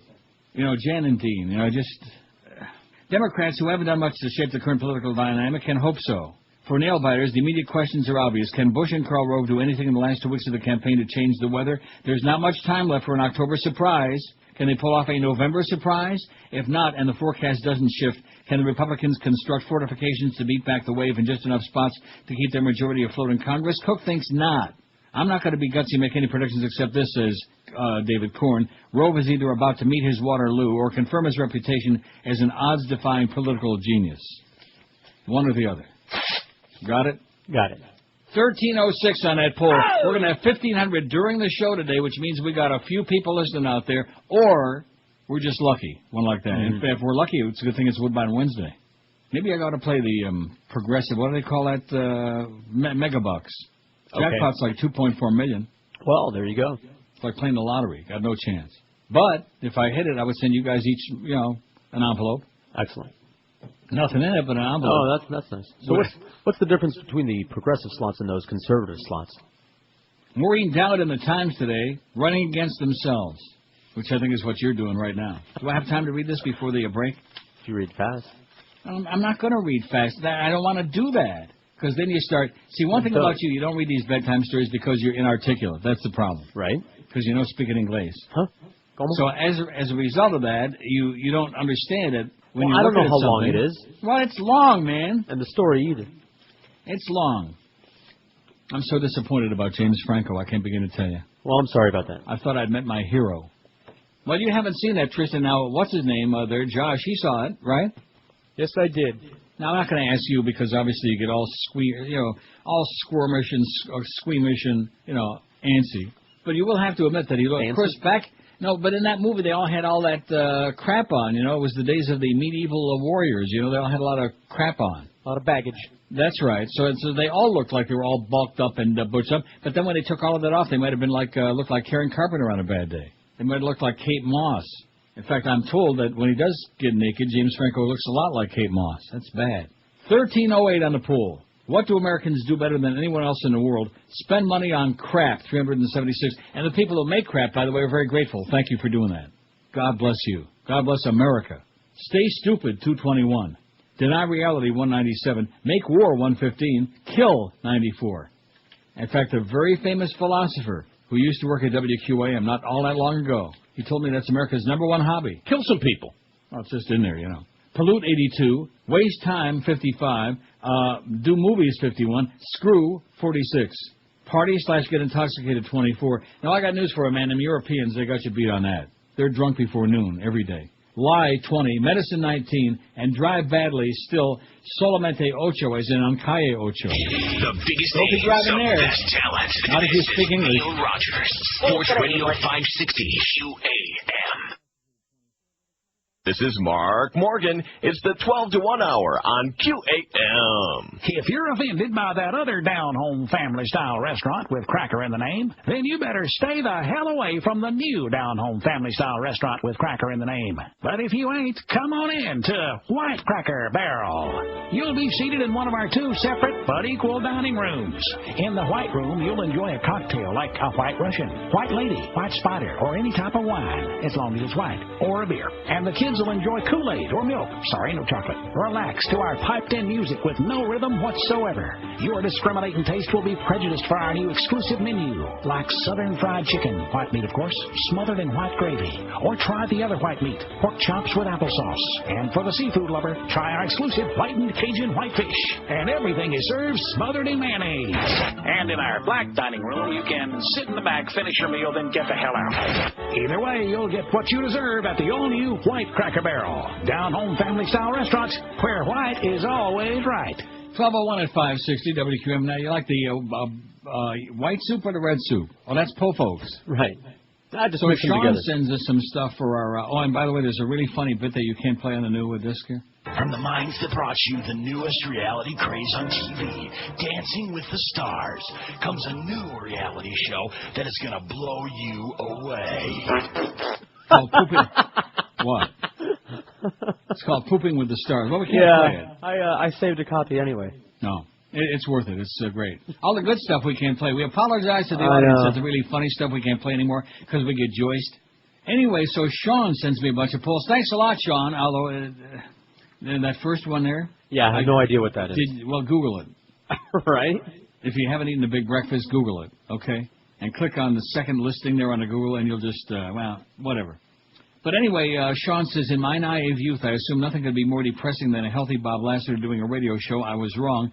2 minutes reading the poor man's death blog would have Roberto Benigni swallowing Zoloft by the fistful. I don't know if Bob abused himself to death or his malady was unavoidably genetic, but please, everyone, get some damn exercise, says Sean. Exercise. Regular exercise will have to overcome a marginal diet, but the best diet in the world cannot compensate for no exercise. Besides, a few muscles count as hard currency when you're trying to get laid, says Sean. I don't think Blabo is a problem. Of course, when you're in radio, you sit on your ass all the time, and I certainly don't imagine that he was one of those people who got a lot of exercise any more than I do. But he was, once upon a time, a really huge guy. Mm-hmm. And when you're really huge and you have diabetes and it's out of control, and admittedly, I talked to him about it. And if you were reading his blog, along the way, he just didn't pay any attention to it. And even with me, even with some of the crap that I eat, like when I tell you on days that I had a pint of ice cream and my blood sugar, it gets up there, but I take enough medication to get it back down. I try to keep it within a reasonable range, although one of these days I'm sure I'll pay. I'll pay a wicked price. That's and right. He did. And he did. And we should learn by his example, but like I said the other day, it's easy to say that, but we're hooked, so we can't do it. We're addicted. So what do you think of that Pooping with the Stars? Oh, it's his third one. He should play it twice. Brought you the newest. And on a related subject. Yes? That gaping business? Oh, no. Yeah. You Google it. We can't discuss that on the air. What do you mean by that? I know we can't discuss it disgusting. on the air. Well, that's why I told you I don't want to talk about it. You're the one that talks about this crap, not me. Well, my mouth is agape from reading about it. Well, that's not the only thing that's agape if you look at that website. Uh-huh. Oh, man. Wow. Nicht Pamir. Yeah. And I'm supposed to be the pervert, right? Yeah. Sean. Thanks, Sean. 1,336 votes on the poll, man. We're going to have over 1,400 by 1 o'clock. We got the fifth. We got it licked, man. Speaking of perversion, we got it licked. Maureen Dowd says, running against themselves. Here's her column from this morning's New York Times. Maureen Dowd, won't cost you a dime. Things have become so dire for the Republicans that now even Bush is distancing himself from Bush. The president is cutting and running from the president. In a momentous event at the White House on Monday, Tony Snow made a major announcement about an important new strategy in Iraq. The president will no longer stay the course on the rallying cry, stay the course. A presidency built on a message discipline, message stay the course, is trying to salvage itself with some last-minute unmessaging, message no more stay the course. Of course, the administration has never really said what the course is, so it was never really apparent what staying it meant anyhow. It was a wacky moment for Tony Snow, who renounced the slogan while sticking to the policy. It left the wrong impression about what was going on, the press secretary said, and allowed critics to say, well, here's an administration that just embarked upon a policy and not looking at what the situation is, when in fact it's just the opposite. The important thing was that the cliché sounded good to Republicans, strong and virile for a while. But pollsters for the White House seemed to be the last to learn that even many of the party faithful had soured on the phrase, deeming it inflexible and stupid. Has Karl Rove, who urged GOP candidates to keep the Democrats on the defensive on national security, lost his magic? In a White House with a Fox News all-spin sensibility, officials don't think they need to change the strategy as much as they need to change their slogan. The overworked Bush phrase suggested burying your head in the sand. Steve Hinkson, political director at Luntz Research Company, is a GOP public opinion firm, told the Washington Post Peter Baker. The problem is, I wonder if he's kin to Peter Parker. Spider-Man, Peter, wasn't that his name? Yes. The problem is, I wonder where he parked his scooter. Oh. The problem is that as the number of people who are agreeing with the remaining resolute dwindles, that sort of language doesn't strike a chord as much as it once did. Unwilling to admit mistakes or face the urgent need to go past semantic changes in a protectorate that has fallen into the vicious civil war in which Americans are merely referees and targets, the White House is falling back on marketing. Just as Andy Card rolled out the war as a marketing event, the Bush team now thinks that all it needs to do is come up with a catchy and chesty new advertising pitch. Babe Buchanan assured Wolf Blitzkrieg that the president still intended to stay the course and seek victory. He just wouldn't use that phrase because it gave people the impression that W was unwilling to change tactics. After all, Dick Cheney told Rush Limbaugh last week that the inept Iraqi government was doing remarkably well. But given the Republican meltdown, it's obvious the Democrats are having better luck mocking the Republicans for staying the course than Republicans are having mocking the Democrats for cutting and running. But Democrats have no ingenious ideas about how to extricate ourselves from this nasty war either. Yet W once more accused the Democrats of wanting to cut and run in Iraq at a campaign stop in Sarasota yesterday. Many frantic Republican lawmakers also are running against themselves, either reneging on their support for the war they started, or raiding against Washington, the town they absolutely control, claiming that the capital has forgotten their values, or making ads denouncing the Democrats' homosexual agenda, even though Republicans are now the party of gay scandal. It's a hilarious spectacle of whole party reenacting this classic scene in Mel Brooks' Blazing Saddles, in which the sheriff holds the gun to his own head to take himself hostage. The Bushes don't connect words with action. Action is something that's secretly plotted with the inner circle behind closed doors. The public should stay out of it. The Bushes just connect words with salesmanship. Poppy Bush never meant it when he said, "Read my lips, no new taxes," at the '98 convention. It was just a Clint Eastwood-sounding line in a Peggy Noonan speech meant to pump up his flighty image. Just so, his son never paid any mind to his campaign promise not to nation build, and he didn't come through on his bullhorn pledge to catch the perpetrators of 9/11 or his tough guy vow to bring in Osama dead or alive. To W, the words he says to Americans don't matter as much as the words Dick Cheney says to him. He just has to hope that Daddy's friend, James Baker, the smooth fixer who's co-chairman of the Iraq Study Group, and who's already suggested moving past the meaningless partisan jargon of cut and run and stay the course, comes up with some plan to rescue Junior from a fine mess one more time. That's your girlfriend, Maureen Dowd. She's sweet. Sweet. Speaking of the lost package, 1,343 votes on the poll. And that's one thing about the Spider-Man movies, though. It's like all these superhero movies, you know. What's that? They're like all obsessed with like in Smallville. He's obsessed with Lana, but they never do anything, you know. Right. Well, at least in that movie they bore out why. It's like it's difficult to have a relationship when you can never show up for a date because bank robbers or something. You know, it's not like he didn't want to. We don't ever see that in Smallville, though. Is he running around catching bank robbers? I don't know. He's catching stuff. Catching crap from Lionel Luthor. Right. But, finally he got it together in the end, and we were all happy. He got it in the end? Yeah. Go get him, Tiger. What are you talking about? In the movie, in Spider-Man 2, he finally resolved it. Oh, in Spider-Man 2? Oh, in the end of the movie. Yeah, well, of course. Yeah. Finally, he was able to reconcile the two lives there. After they went through that traumatic thing in that gigantic building there. Hi. Yeah, that was... See, the dialogue is written for him. It's written for Tobey Maguire. The character was shaped around him, and the dialogue was written for him. A real nerd. This is really heavy. Yeah.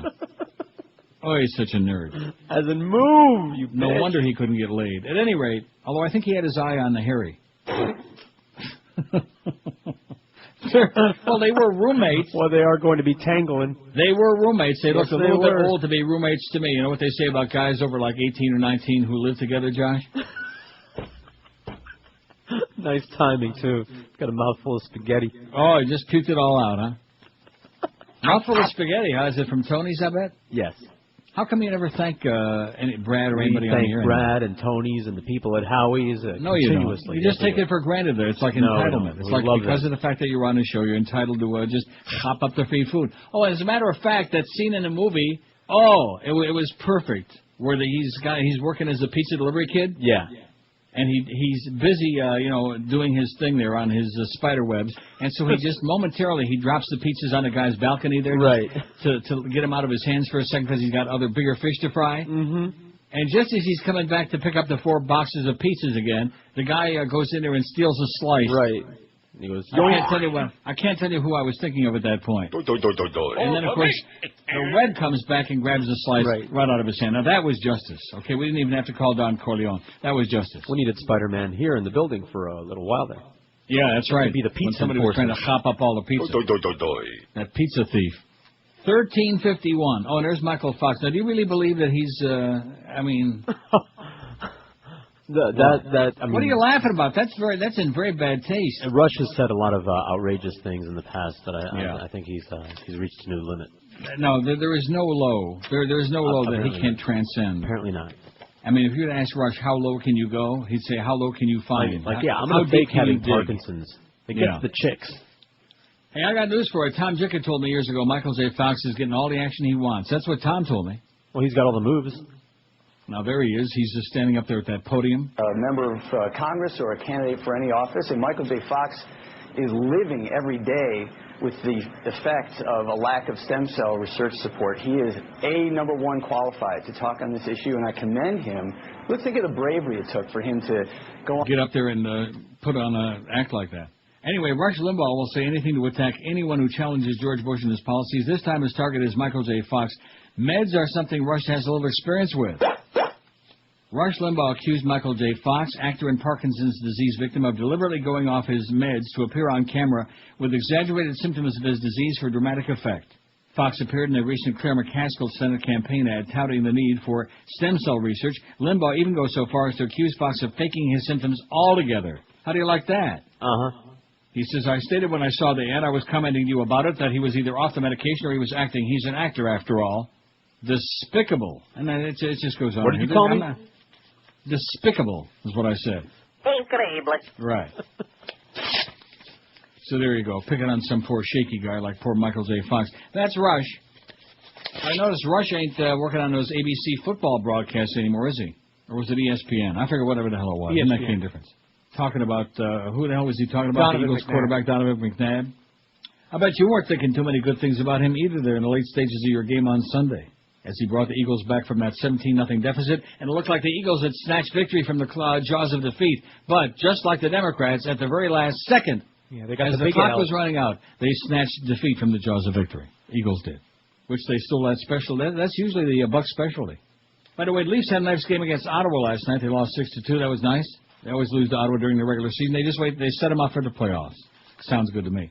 1361, man. We got a shot at 85 million votes today, man. It's going to be the talk of the radio business. The biggest names, the best talent. Tweeting This about is it. Neil Rogers, Sports Radio 560 QAM.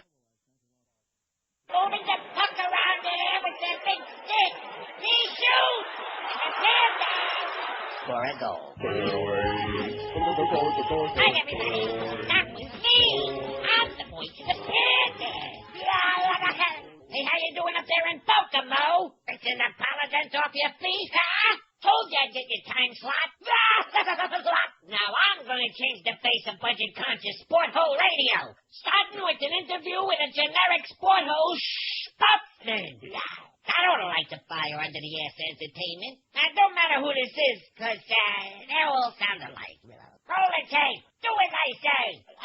Thanks for doing this interview with me. I'll make 100% effort to perform well. Say, how come all you sports guys are like so vacuous and stupid? Well, we have to go to college, but never really attend classes. Just like, not too smart is the situation we have. You think raving about male athletes and worshipping their jockstraps is a little, gay? Just a little on the curious side? Maybe stretch it out after seeing a few tight butts? Is that what it is? We like women. We are programmed to do so. You heard this station. Outside of one show, you ever hear anyone talk about girls? It is a little Where? gay. There's 2 or 3 very lonely men with very small things who need to hear this. What? You saying that sports is Gay. Gay! Oh. Yeah, he kind of left a gap in our programming there when we had him on, you know? A gape. A gaping gap. Oh, speaking of that, and that's why I played it. An embattled Indiana congressman has launched a new campaign ad that warns a vote for his Democratic opponent could trigger a shift in House leadership and advance a homosexual agenda. There you go. Oh, my God. You faggots. In the 1-minute radio ad paid for by friends of Representative John Hostetler, he sounds like an Amish guy to me. Mm-hmm. Or a Kraut. Hostetler? Well, that's what all those names are anyway. All those Amish names. Oh. An announcer impersonating Clint Eastwood's Dirty Harry character says a vote for challenger Brad Ellsworth would be a vote for California Democrat Nancy Pelosi as House Speaker. Pelosi will then put in motion her radical plan to advance the homosexual agenda led by Barney Frank, reprimanded by the House after paying for sex with a man who ran a gay brothel out of Congressman Frank's home, the narrator says. Frank, Democrat of Massachusetts, became the first member of Congress to voluntarily make homosexuality public in 1987. In 1989, a gay prostitute and former companion of Frank's named Stephen Goby alleged Frank knew that he ran a gay prostitution ring out of the congressman's Washington, D.C. apartment. The House Ethics Committee rejected Goby's charges as untrue in 1990. They did find that Frank fixed parking tickets accumulated by Goby and wrote a misleading memo for him. The House issued a public reprimand to Barney for those issues. They said, "You fairy." The ad, which debuted Saturday across southwestern Indiana, also accuses Ellsworth of wanting to give amnesty to millions of illegal aliens with Detroit liberal John Conyers and raise taxes with New York liberal Charlie Rangel. I know what you're thinking, the narrator says. Is this true? Well, do you feel lucky? Go ahead, vote for Brad Ellsworth. Make Nancy Pelosi's day. Ellsworth's campaign called the ad sensational and false. The race is not about Nancy Pelosi or San Francisco, spokesman Matt Weissman said. What it's about is who's going to do the best job of representing yada, yada, yada. The gay agenda, baby. Always got to have a good scapegoat. Mm-hmm. I mean, for a long time it was the Jews, and now it's and of course the gay Jews. You fairy. Oh, boy. Like Miss Fudge. What about gay Muslims now? 1,370 votes on the poll, man. We're going to have 1,400 easy by the top of the hour. We're going to ease into 1,500. Do you believe it? When I told you at 10:15 this morning we're going to go for 1,500 votes on the poll today, you must have both been thinking, this guy is crazy. He's a crazy old coot. Well, not because of that. Even before I said that, you were thinking that. I got news for you. My paycheck showed up yesterday, a day early. Mm-hmm. Nice going there, Clarence and Joe. And whoever's in accounting. Who's in accounting? Deb? Okay. Deb? Jenny? Michelle? Oh, everybody there. Nice going. And don't forget that bonus check. Get that baby in there real quick. Yeah, please. See, I mean, that was really a very bizarre thing that happened Saturday morning. I'm sitting there at Woodbine. I'm not doing all that well at that point. I did make a comeback and broke even, thanks God, later on. But I'm sitting there losing, and I get an email from Clarence, and here's the ratings. And I see we're number one again. Very unexpected. Weren't you surprised? Weren't you shocked? You know, I'm just too nauseous to call it one way or another when it's before summer ratings time. And so I'm thinking to myself, well, I got that nice bonus there, and even though it's the summertime and I get like a very paltry sum compared to the rest of the year, it doesn't make any difference whether I win or lose this morning. And then wouldn't you know it, as luck would have it, up popped that 1,500 on the line, and I broke even at the, on my machine. Good day. And I flew out of there. It was a great day. I wonder what Lou Dobbs would think about this story. Although a majority of Americans support increasing the number of Border Patrol agents along the U.S.-Mexican border, most do not support building that 700-mile fence along the border, according to a CNN poll that came out today. 74% of 1,013 poll respondents said they would be in favor of more U.S. agents along the border, but only 45% said they wanted a border fence built, according to the survey conducted by Opinion Research Corp on behalf of CNN. And I bet you Lou Dobbs ain't too pleased about that. He wants a big old fence. He wants to go down there and shoot them as they come across the border, I'll bet. Okay. And while 58% said they would support large fines on employers who hire illegal immigrants, 54% said they would oppose jail terms for those employers. More than two-thirds of poll respondents, 67%, said the number of illegal immigrants in the U.S. should be decreased, but only 34% said all illegal immigrants should be removed. 67% said the number of illegal immigrants should be decreased. That's like saying that 67% said there ought to be fewer robberies. I mean, what does that mean? Deport them all. The numbers for the recent poll are roughly the same as a similar poll conducted in June, and Lou Dobbs is all whipped up into a frenzy. Talk about a one-note Charlie, man. They're destroying the middle class, and it's because of all these illegals, all you spics, whatever he said. disgraceful. Of course, it's, Yes, it's they not are. not an ethnic thing. You understand that? It's I got do nothing to do with understand. It's an ethnicity. illegal thing. It's not an anti-Mexican thing. It's just It's that where these they're people from. are, no matter where the hell they come from. That's right. All these other Latinos from all over Latin America are pouring in through Mexico. And, of course, if they build that gigantic fence, I mean, how difficult is it going to be for them to dig tunnels underneath the fence or, like, make holes in the fence? Well, they're hard workers, you know. That's right. They got a lot of experience doing that, making holes in things. Drilling. They'll drill a gaping gap in that fence. Hey, Sean, get yourself some help, Sean. Well, it's your fault. You're the one that got them all whipped up with that damn thing about facials. Well, if you're not going to use that pole Here either. I'm on vacation for a week, and I come in and I look to see what kind of insipid, grotesque pole George is taking that day, and it's like, oh, God. So what did you vote on it? I said, what that? 1,385 votes on the poll. I bet you they're having a staff meeting about this right now. About what? I'm not talking about across the street. I'm talking about in our building. About the fact that we got so many people voting on our poll today. Because 1,385, do we have that many people listening in the morning yet? And that's because nobody's discovered the Kenny and Bo morning show yet. That's because there's no promotion yet. Hey, Kenny, we're very sorry that they're sandbagging. The biggest names, the best talent. Good guy, Kenny. This is You're getting Neil Rogers, screwed. Sports Radio 560 QAM. This nonsense. Utter nonsense.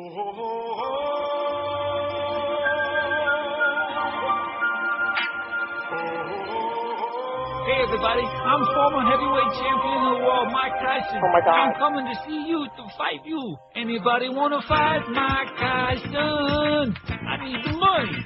I used to be fast as lightning. Assalamu alaikum. Remember when I did that fighting? Rock. But I'm still so exciting. And Jesus loves me too. I'm all washed up has been. But I'm the craziest around. When I get into the ring now, one hit, I fall down. Now I'm going out on tour, and I think I'm gonna score. And if I fight against a chick, if I lose, I'll bite her on the chick. Hey baby, I'm Mike Tyson. You know you want it, even if I got no license. From the time that I did that fighting, tastes like chicken, you know. My fish will be slicing and dicing. Oh yeah, I'm Iron Mike Tyson. I'm the most beautiful boxer that ever lived, and I'm gonna eat your kids, and I'm gonna beg you till you love me, 'cause you know you love me. Everybody loves me. I love them. Yeah. 1,395 votes on a poll. How do you like that? Aren't you impressed? It's only 12:32. And you'll be even more impressed when you understand that I got my shirt and my pants on. Impressive. My pantaloonies. Not exciting? No comment. And I've even got my my cab fare in my shirt pocket. Well, you talk about being prepared, man. Talk about a ritualized and wonderful life. Active duty troops voice their dissent from U.S. policy in Iraq. Boy, how come you didn't tell me a long time ago to get rid of that Explorer and get on this? Because I really don't like you and I talk behind your back all the time. Oh. Liam Madden opposed the war in Iraq even before he deployed with his Marine unit in late 2004, but he came home convinced more than ever that the war was wrong. The more informed I got, the more I opposed the war, said Madden, 22, a Marine Corps sergeant in Quantico, Virginia. The more people who died there, the longer we stayed there, the more I opposed the war. The more I know, the easier it is to support withdrawal. Madden is one of about 118 members of the U.S. military who plan to petition Congress asking that U.S. forces be withdrawn from Iraq and brought home, said Attorney J.E. McNeil. I wonder if he's kin to Archie McNeil. Who? McNeil is advising the grassroots group of active duty service members who organized the petition drive through a website. In a rare display of public dissent, Madden and other servicemen plan to go public today with their disapproval. Members of the military are more limited than civilians in how they can express dissent. Although a number of troops, including at least one officer, have been brought up on charges for refusing to serve in Iraq, and dozens more have deserted, this is the first time that serving members of the U.S. military have publicly petitioned Congress to end the war. The action comes less than 2 weeks before the elections in which Iraq is a major issue. No kidding. Bring them home, baby, now. No more dead people. If they want to kill each other over there, let them have a good time. That's right. Right? Sure, they've been doing it for thousands of years. Why do we need to be involved? 1,401 votes. Just like Israel and Lesbian on there with that Hezbollah business. And you notice how nobody even talks about that anymore? No. Except when we talk about those cluster bombs and the phosphorus and all that stuff. Nobody even talks about that no more. What a disgrace. That's part of what we export. That's what America exports best. In fact, that should be number one, is kill people. Yeah. Not going to do it on the poll. We got 1,401 on the poll. Is there any doubt in your nimble mind whether we'll make that 1,500 now or not? No. No doubt. None. Molly Ivins writes, it's good to be the richest of the rich. Sure like to give it a shot for a few weeks, wouldn't you? Yeah.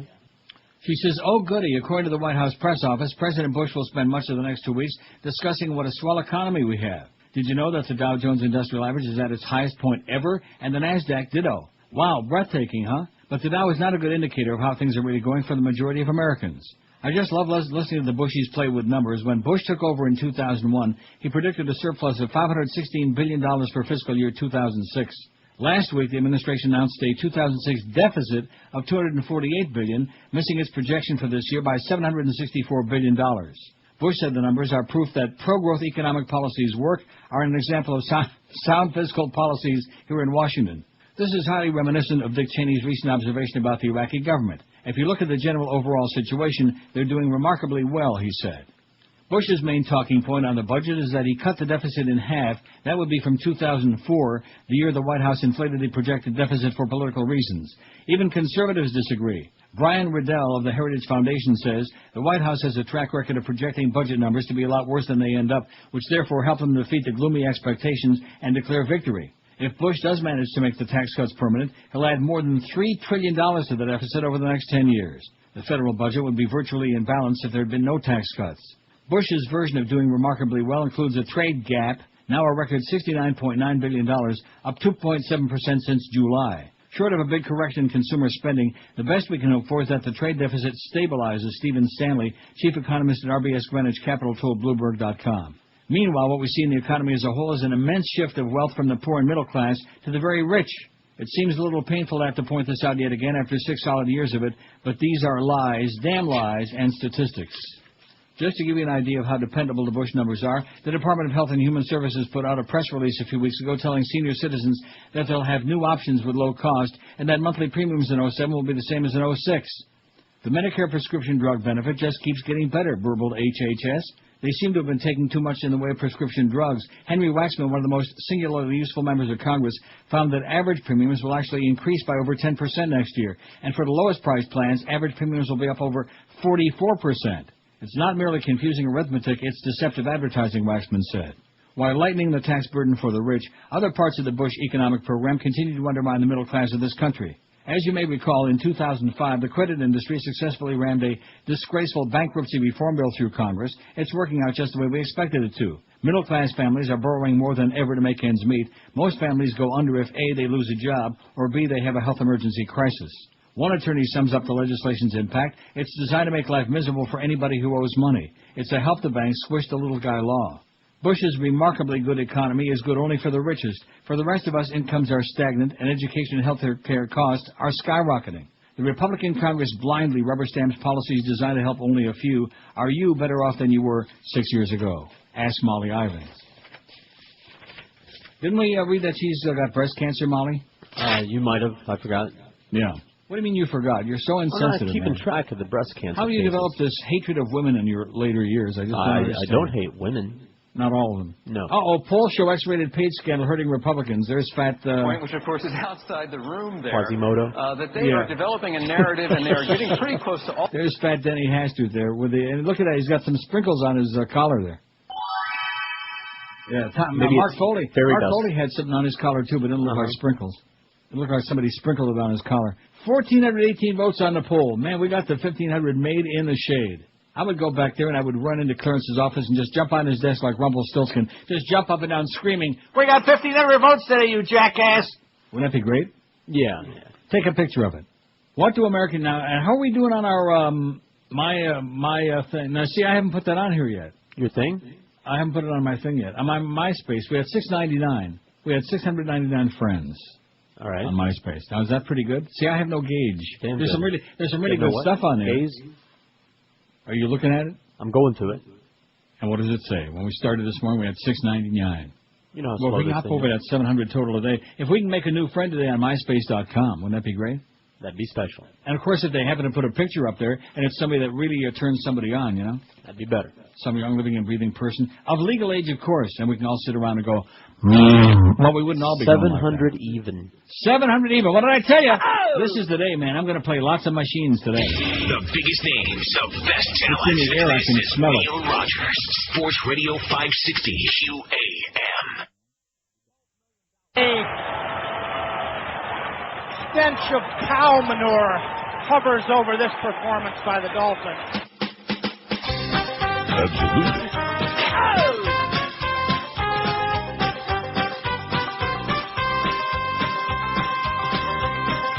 All right. Miami has the Dolphins, and here we go again.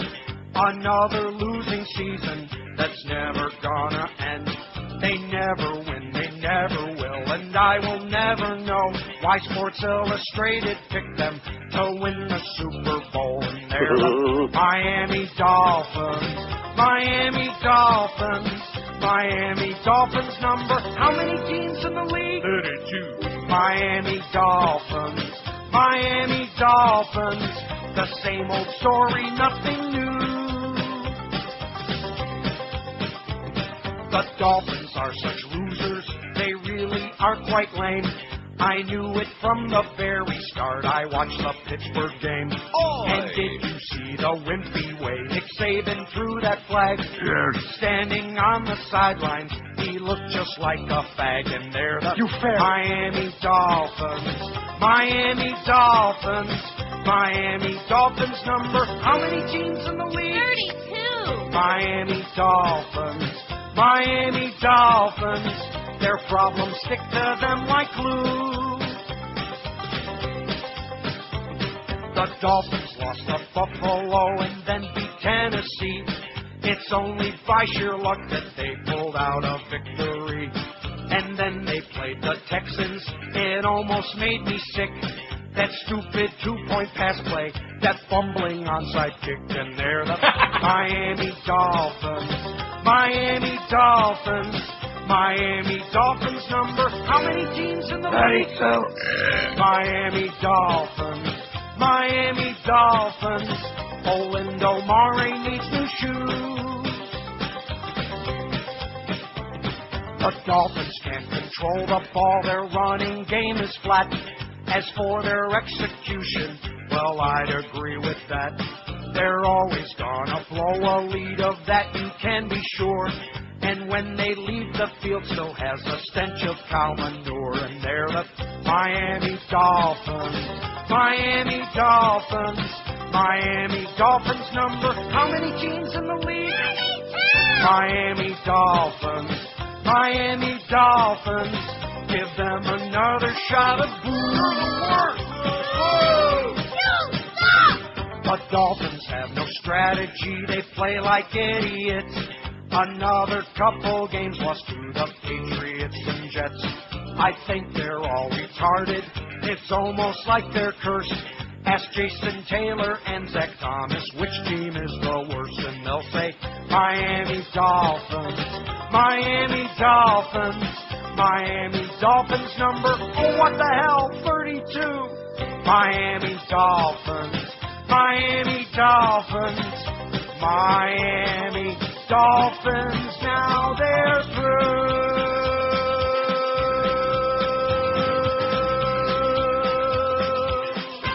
702 friends, that's the good news on MySpace page. The bad news is that Firefox sucks. Does it? Yeah, because I just clicked on MySpace on our page on there on Firefox. Mm-hmm. And like Josh said, you know, all the YouTube videos that people have been putting on there, no, that's almost all of which are really very hysterical and entertaining and whatever. Pretty much. I'll put the Vern Troyer thing on there for you. Click here to download plugin. Yeah, we'll download the plugin. It doesn't work. You have to do that with Internet Explorer, too, when you first get your computer. It's just a hassle, man. It's a pain in the ass. I don't want to start all over again. I don't want to start from scratch. All right. There's like a big gap in the technology, a gaping gap. Mm-hmm. You know what I'm saying? No, I know what you're saying, but nevertheless. 1444, boy, that's a nice number. We'll get to 15 real easy today. No stress, no pressure, baby. Just the way we like it. A brother of Pat Tillman, the National Football League player, was killed in combat in Afghanistan after leaving his sports career to serve in the Army, has lashed out at the Iraq War in an essay published online. The brother, Kevin Tillman, who was in the same Army Ranger unit as Pat Tillman, a corporal, was killed on April 22, 2004 by so-called friendly fire under circumstances that the Pentagon continues to investigate, sharply criticized American political leadership and called the war an illegal invasion. You know what I would say to him? I have no life. No, I would say... Absolutely correct, sir. Both. Somehow, the more soldiers that die, the more legitimate the illegal invasion becomes, Tillman wrote in the 660-word essay that was posted last week on TruthDig.com, a web magazine offering news and opinion from a progressive point of view. Somehow, Mr. Tillman added, American leadership, whose only credit is lying to its people and illegally invading a nation, has been allowed to steal the courage, virtue, and honor of its soldiers on the ground. In what are apparently his most expansive public remarks since the death of his brother at the age of 27, he also doesn't spare the American public, which he suggests too often relies on superficial gestures to support the troops instead of holding politicians accountable. Isn't that what it always is? Well, if you don't support the war, you don't support our troops. I mean, what kind of a moron have you got to be to buy into that crap? Somehow back at home, support for the soldiers meant having a 5-year-old kindergartner scribble a picture with crayons and send it overseas, or slapping stickers on cars, or lobbying Congress for an extra pad and a helmet, he wrote. Mr. Tillman ended with the suggestion that the elections on November 7th are an opportunity for people opposed to the war to send a message. Remember Joey Zaza was sending a message? Zaza. Luckily, this country is still democracy, he wrote. People still have a voice. People can still take action. It can start after Pat's birthday, November 6th. How do you like that? My birthday's November 5, and Pat's birthday was November 6th. That's something? Big deal. That's something. Despite Pat Tillman's fame and the outpouring of emotion after his death, the Tillman family has generally kept a distance from anti-war protesters, though they've often spoken of their efforts to find the truth about what really happened. Family members didn't answer messages for comment on Kevin Tillman's posting. A spokeswoman for the Pat Tillman Foundation in San Jose, California, where the Tillmans grew up, said, "It's our understanding that Kevin Tillman is not accepting interview requests." Pat Tillman, safety for the Arizona Cardinals, left the team in the spring of 2002 to join the Army along with Kevin, motivated in part by the 9/11 attacks and eventually training as a Ranger. After a stint in Iraq, the brothers were sent to Afghanistan. Pat Tillman died, the Army eventually concluded, after members of his own unit shot him as they searched for enemy fighters in a canyon in southeastern Afghanistan. An Afghan soldier fighting next to him also died. Kevin Tillman's essay was posted as Pentagon investigators close in on the latest of several investigations into the case. Initially, the Army had suggested that enemy fire had killed Pat Tillman. Later, the Army conceded that his comrades had shot him. That so-called friendly fire. Hey, friend. Is that what Nancy Grace always says? Hey, friend. Under pressure from the family and members of Congress, the Inspector General of the Defense Department and the Army Criminal Investigation Command are examining the actions of members of Mr. Tillman's unit and the initial investigation. Daniel Cohn, spokesman for Representative Michael Honda of California, Democrat from San Jose who pushed for the investigations, said Pentagon representatives said a month ago they expected to complete their work by the end of November or early December. A spokesman for the Pentagon said Monday the investigations were continuing. He declined to comment on Kevin Tillman's essay. Robert Scheer, one of our favorite syndicated columnists in the Truth Dig, said he had written about the case, had spoken to family members in the past. Kevin Tillman's article was not solicited, Scheer said, and the site agreed Tillman's conditions for posting it. The conditions were it be posted unchanged aside from grammatical editing, including the headline he had written after Pat's birthday. Mr. Scheer said Tillman had made it known that after leaving the military last year, he felt now was the time to speak out with his brother's birthday approaching. Pat Tillman also had expressed anger about the war to friends, several published reports have said. He's not proselytizing, he's not a political person, Scheer said of Kevin Tillman. He just decided because his birthday was coming up, he felt strongly he had to say something. Since the article went up on the website, it's received more than 4,000 responses. The web server limits have prohibited publishing that many, Scheer said. 3,000 dead soldiers, pretty close to a 2,800 plus, based on a lie. If that's not an impeachable offense, what the hell could it be? Like getting a few BJs from some fat cow? Pizza, maybe. Maybe stealing some pizza from Spider-Man. All for me. That would do it. Make an offer you can't refuse. Well, that should show you all you delivery kids out there. Don't be leaving like a whole bunch of pizzas in somebody's stoop or on their balcony on like the Don't be a 57th floor. Guy looked like he was about to just chomp into that slice, didn't he? He was just about to take a bite, and all of a sudden, what a wicked web we weave when we practice to deceive. Yoink. You know? Isn't that what Mo used to say? Something like that. Yeah. Evildoer. 1,457 votes on the poll, man. This is spectacular. What do Americans do better than anyone else in the world? Thanks to whoever sent that poll in yesterday, because obviously they like this poll, right? Mm-hmm. In fact, you know what I forgot? I never put I hate this poll on there. See? You better put it on there right now. We will. Boy, here I'm all optimistic and thinking, boy, they like this poll. There's that certain element of out there, they don't like anything. They just hate like that. Spend money on crap, 427. Stay stupid, 250. Deny reality, 215. Make war, 127. Kill, 108. Yeah, kill people. Pollute, 90. Waste time, 58. Movies, 56. Screw, 46. That would be a good station. Screw, 46. I'd like to. Party/get intoxicated, 27. Lie, 23. Medicine, 20. And drive badly, solamente 10. Soltanto 10. 50 banana. Well, at least we learned something yesterday. We learned that the word for a banana in Italian is banana. Sure. And I hate this poll's on there. Now we have 1461. Excellent work. Aren't you excited about this? Doesn't this make the hair on your back of your neck what? Do something? I don't know. Well, if I had any, it would stand up. Oh, I got hair on the back of my neck. In fact, I just did my shave job last night with that razor I told you about. Mm-hmm. I just did a shave job. I'm an expert at it now. And of course, now that it's colder than hell, probably not all the smartest thing, but as long as you got your toque, you're okay. You ever have a toque? Yeah. Not a toque, a toque. Both. Oh. Now, is the toque the really flat kind? It folds up flat? What do you mean it folds up flat? What does that mean? As opposed to your typical round hats, a toque has a seam down the middle of it, and so when you take it off, it just kind of flattens out. Yeah, that's right. Yeah. Then yes, I had a toque. It's a schmata, man. You got a Can't toque? be up north. Certainly can't be in Canada without a toque. That's right. Or some back bacon. Or some pea-meal bacon. 1256 at 560 WQM. I've been doing business with our friends at Lou Backroad Chevrolet for over 20 years, and I hope you'll start doing it right now if you never bought a car there before, because they make it a great experience, a car buying deal. They make it a real machaya. Their service, their salespeople, their selection of cars are unbeatable, and their prices are beyond belief. That's how low they are right now. And speaking of right now, Lou Backroad is doing their Race to 1,000. For the first time in their history, they would like to sell 1,000 cars in 1 month, and they got a shot at doing it in this month, October. And they're going to do it. They've got the biggest selection of new and used cars, including those fabulous new Corvettes, trucks, SUVs, and minivans anywhere around. They've also got used cars starting at just $39.95. Every single one of them backed by a Carfax guarantee, too. Like I said, Lou Backroad is out to sell 1,000 cars during this month of October, and so they're staying open until midnight every night to get to that number. Forget the price, just make them an offer, and they'll beat any deal you ever heard of in your life. More money for your trade. They give you 0% financing, rebates up to $6,000. Whatever it takes, they'll do it to sell you a car. Only at Lou Backroad Chevy with 2 great locations for you.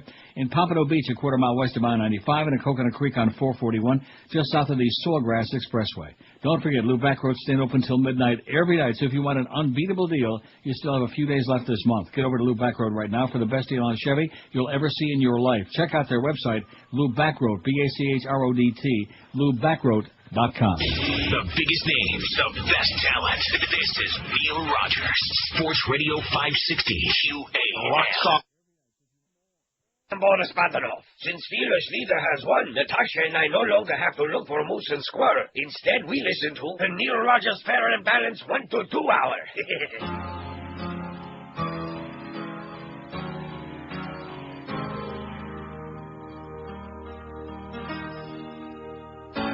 In the head with me, she can't walk in a straight line. I get a kick out of the way that she wants to sue me.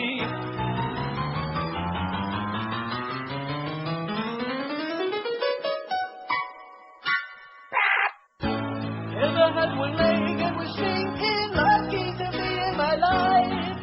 I let her be my wife, but I should have used my brain about the way that she wanted to screw me. Yeah, the head was late. It would have been a lonely kiss if I didn't want to have her. Just another skanky groupie. U.S. troops killed her this month.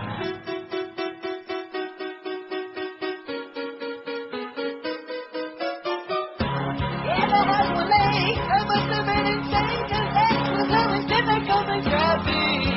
Ain't gonna marry cripples no more. Barack. Wow. Boy, you got them both there. A little the Bushmeister and a little bit of Rita. Oh, boy. Well, this is the hour you can start hearing Rita all over What the a place. treat. Puts a real smile on my puss. Faced with widespread disapproval of its Iraq policy, the Bush administration has launched a coordinated effort this week to convince Americans it has never had a stay-the-course strategy in Iraq. On Sunday, Bush said, we've never been stay-the-course. White House counselor Dan Bartlett disavowed the label again yesterday. But in a radio interview with Sean Hannity yesterday, Defense Secretary Rumsfeld confirmed the Bush administration is not planning to shift any strategy. Rumsfeld called media reports about Bush's reversal nonsense and said, of course, Bush is not backing away from staying the course. He said the concern was that it gave opponents the chance to say, well, he's not willing to make adjustments, and of course just the opposite is true. Well, just playing semantics, man. They're backed into a corner, and so they're just playing semantical games, okay? Is that a surprise? No. 1,474 votes. I think by the bottom of the hour we'll have 1,500. After that, it'll be all gravy. We'll be slopping the gravy on there. Won't that be great? Yeah, it makes its own. Man, this audience, I'll tell you one thing about this audience, you know, and what have I always tried to tell you over the years? Don't judge the audience by the callers. Oh, no. Of course, on the show now, when I'm on, you can't judge the audience by the callers because there aren't any. Right. But in years past, people would say, oh, gee, what kind of people listen to that show? And then you hear some, and like that. Because when push comes to shove, man, they come through for us. I'll tell you, the rest of the day, the sports nerds, if they came through for their people like our people come through for us people. Well, there aren't as many of those people. Because there's no people like show people. And there's no sports people like, I don't know.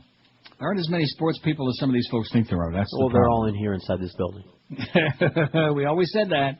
We always said that there were certain day parts when the only people listening were, in fact, when the fan went on. Remember that? Mm-hmm. The only people they had listening were inside our building. That's right. And I wouldn't be surprised if half the people listening to the ticket right now are inside our building. Only half. Especially in midday when we're not talking about sports and moaning about, oh, the Dolphins, what are we going to do? They stink. Oh, jeez. And the Canes and all this embarrassment. And the Panthers' goaltending really sucks. And all of the, you know, you just reach a saturation point, you know what I mean? There just comes a point in your life where hopefully... What do I do if? See, there you go. Oh, my God. Isn't that scary? Yeah, it scared me. 1477. I bet you any minute now we're going to get to that 1,500 mark, and the audience out there, they're probably having like an orgy. The whole town is like going to explode any second. 1478 now. They're pouring in by the ones. Aren't you thrilled? Yeah, thrilled. Maybe they'll drag it out.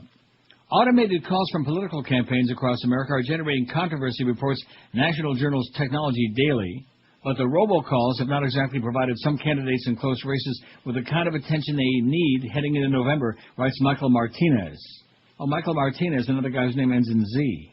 Although their classification as political speech exempts them from the National Do Not Call Registry against unwanted telemarketing, robocalls have generated bad publicity for some of the campaigns that have used them.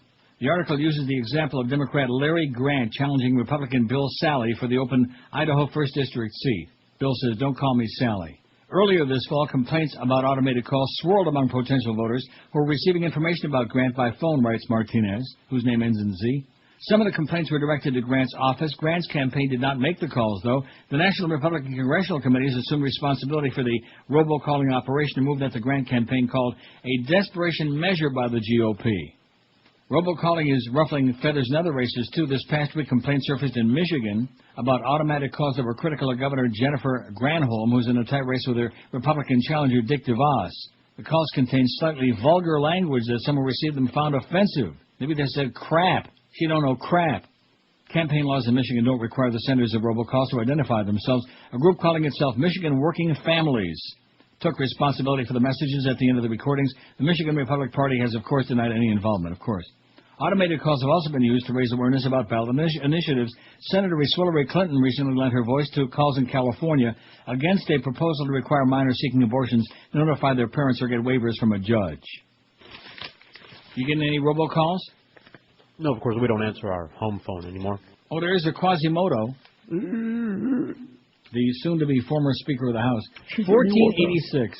Well, wasn't that a spectacular year? Don't remember it. That's the year that Christopher Columbus was schlepping around looking for the Queen. How old were you, 12? Yeah. I got news for you. I was able to find a Queen a lot faster than he was. I heard. 1486. We'll get to that 1500, like I said, before the bottom of the hour. And after that, man, we'll just pile it on, you know? Just run up the score. Just stick it right down their throats. Baker signals U.S. exit from Iraq. Do we care about that? No. Well, here's what we care about. You were talking to this about this morning before the show. About the Republicans want Hillary badly. All those new people out there that think Hillary is that she's going to be the one in 08. You better start thinking again, okay? Because 08 she won't be so great. Here's the kiss of death. Vice President Dick Cheney said yesterday he thinks Senator Hillary Rodham Clinton could win the presidency. He said Barack Obama might be viewed by voters as too inexperienced. Cheney handicapped the Democratic field of potential candidates in an interview with conservative talk show host, the unctuous, the repulsive Sean Hannity. I think Hillary Clinton is a formidable candidate, Cheney said. This, of course, is the same man who said that the insurgency in Iraq was in its waning days. He would never lie to us. I think she could win. I hope she doesn't. I disagree with her on nearly all the issues, but nobody should underestimate her. She's a very serious candidate for president, says Dick. Cheney said Obama, an Illinois Democrat, was an attractive guy. Don't know him well, met him a few times. I think at this stage my initial take on him was he's been 2 years as a senator. I think people want a little more experience than that, given the nature of the times we live in. But certainly he's an attractive candidate. If he decides to run, he'll be a player on the Democratic side. I never thought he was very attractive. He's got big ears. Obama said Sunday he's considering a run for president in 2008, backing off previous statements that he wouldn't do so. He left the door open. He left a little crack.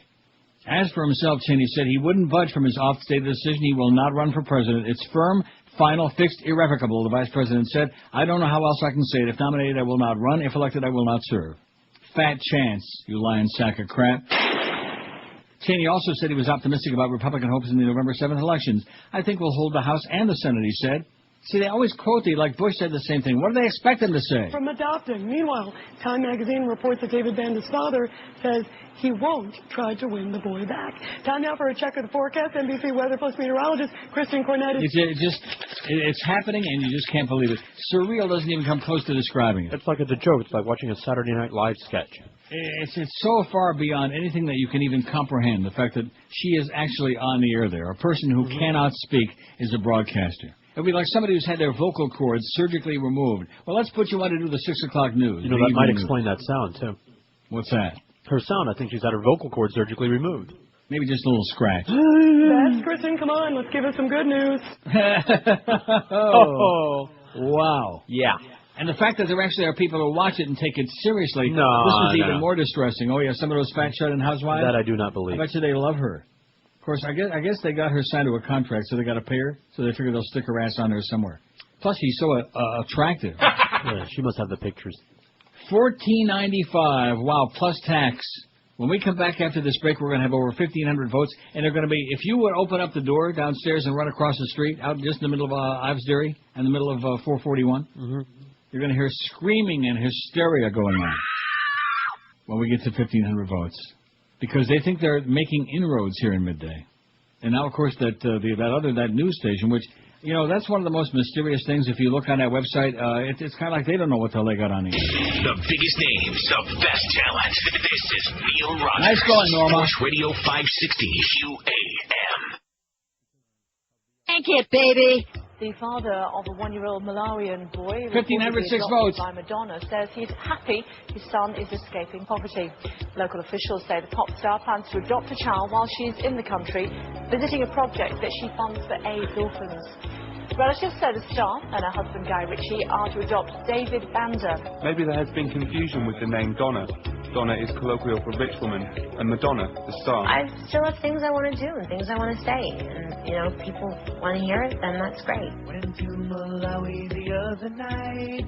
The material girl, she wants a kid who's from another nation.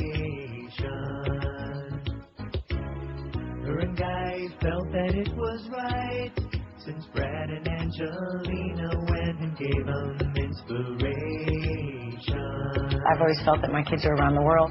They arrived just the other day, shopping for a kid and spending money like on vacation.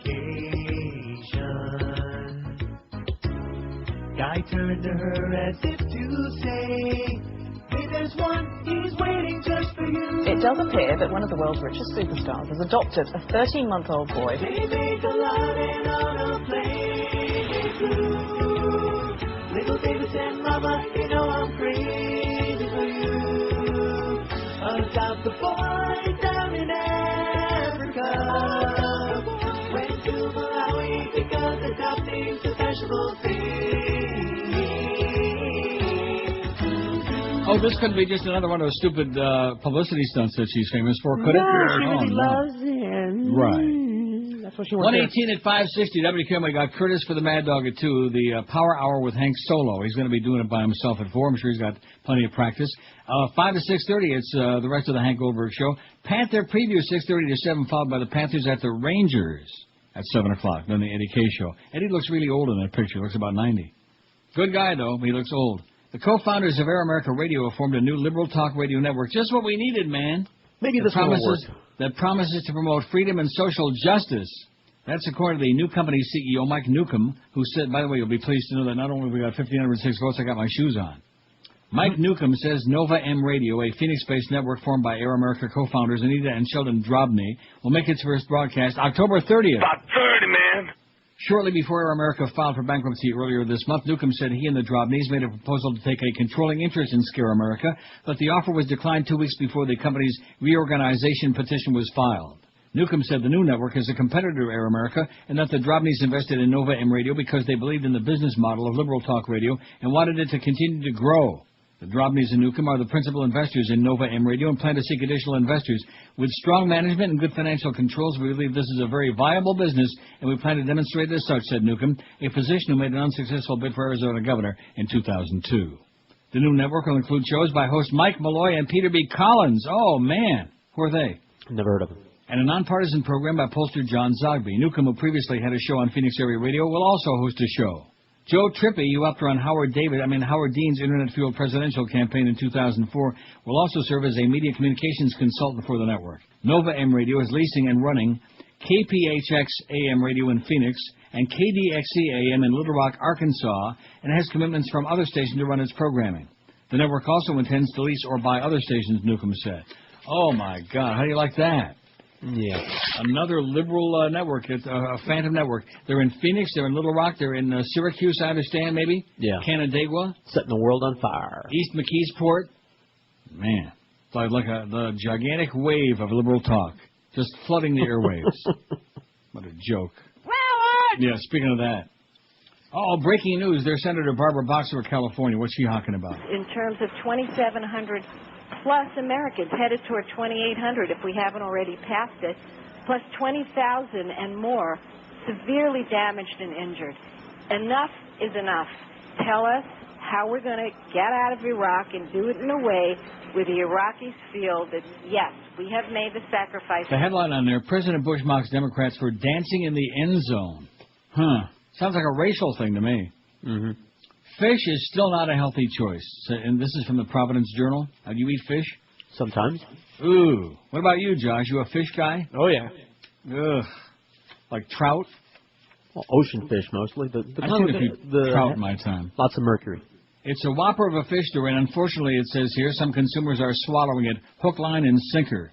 For years, the fishing industry has worked overtime to persuade Americans to ignore well-founded concerns about mercury and other pollutants in fish.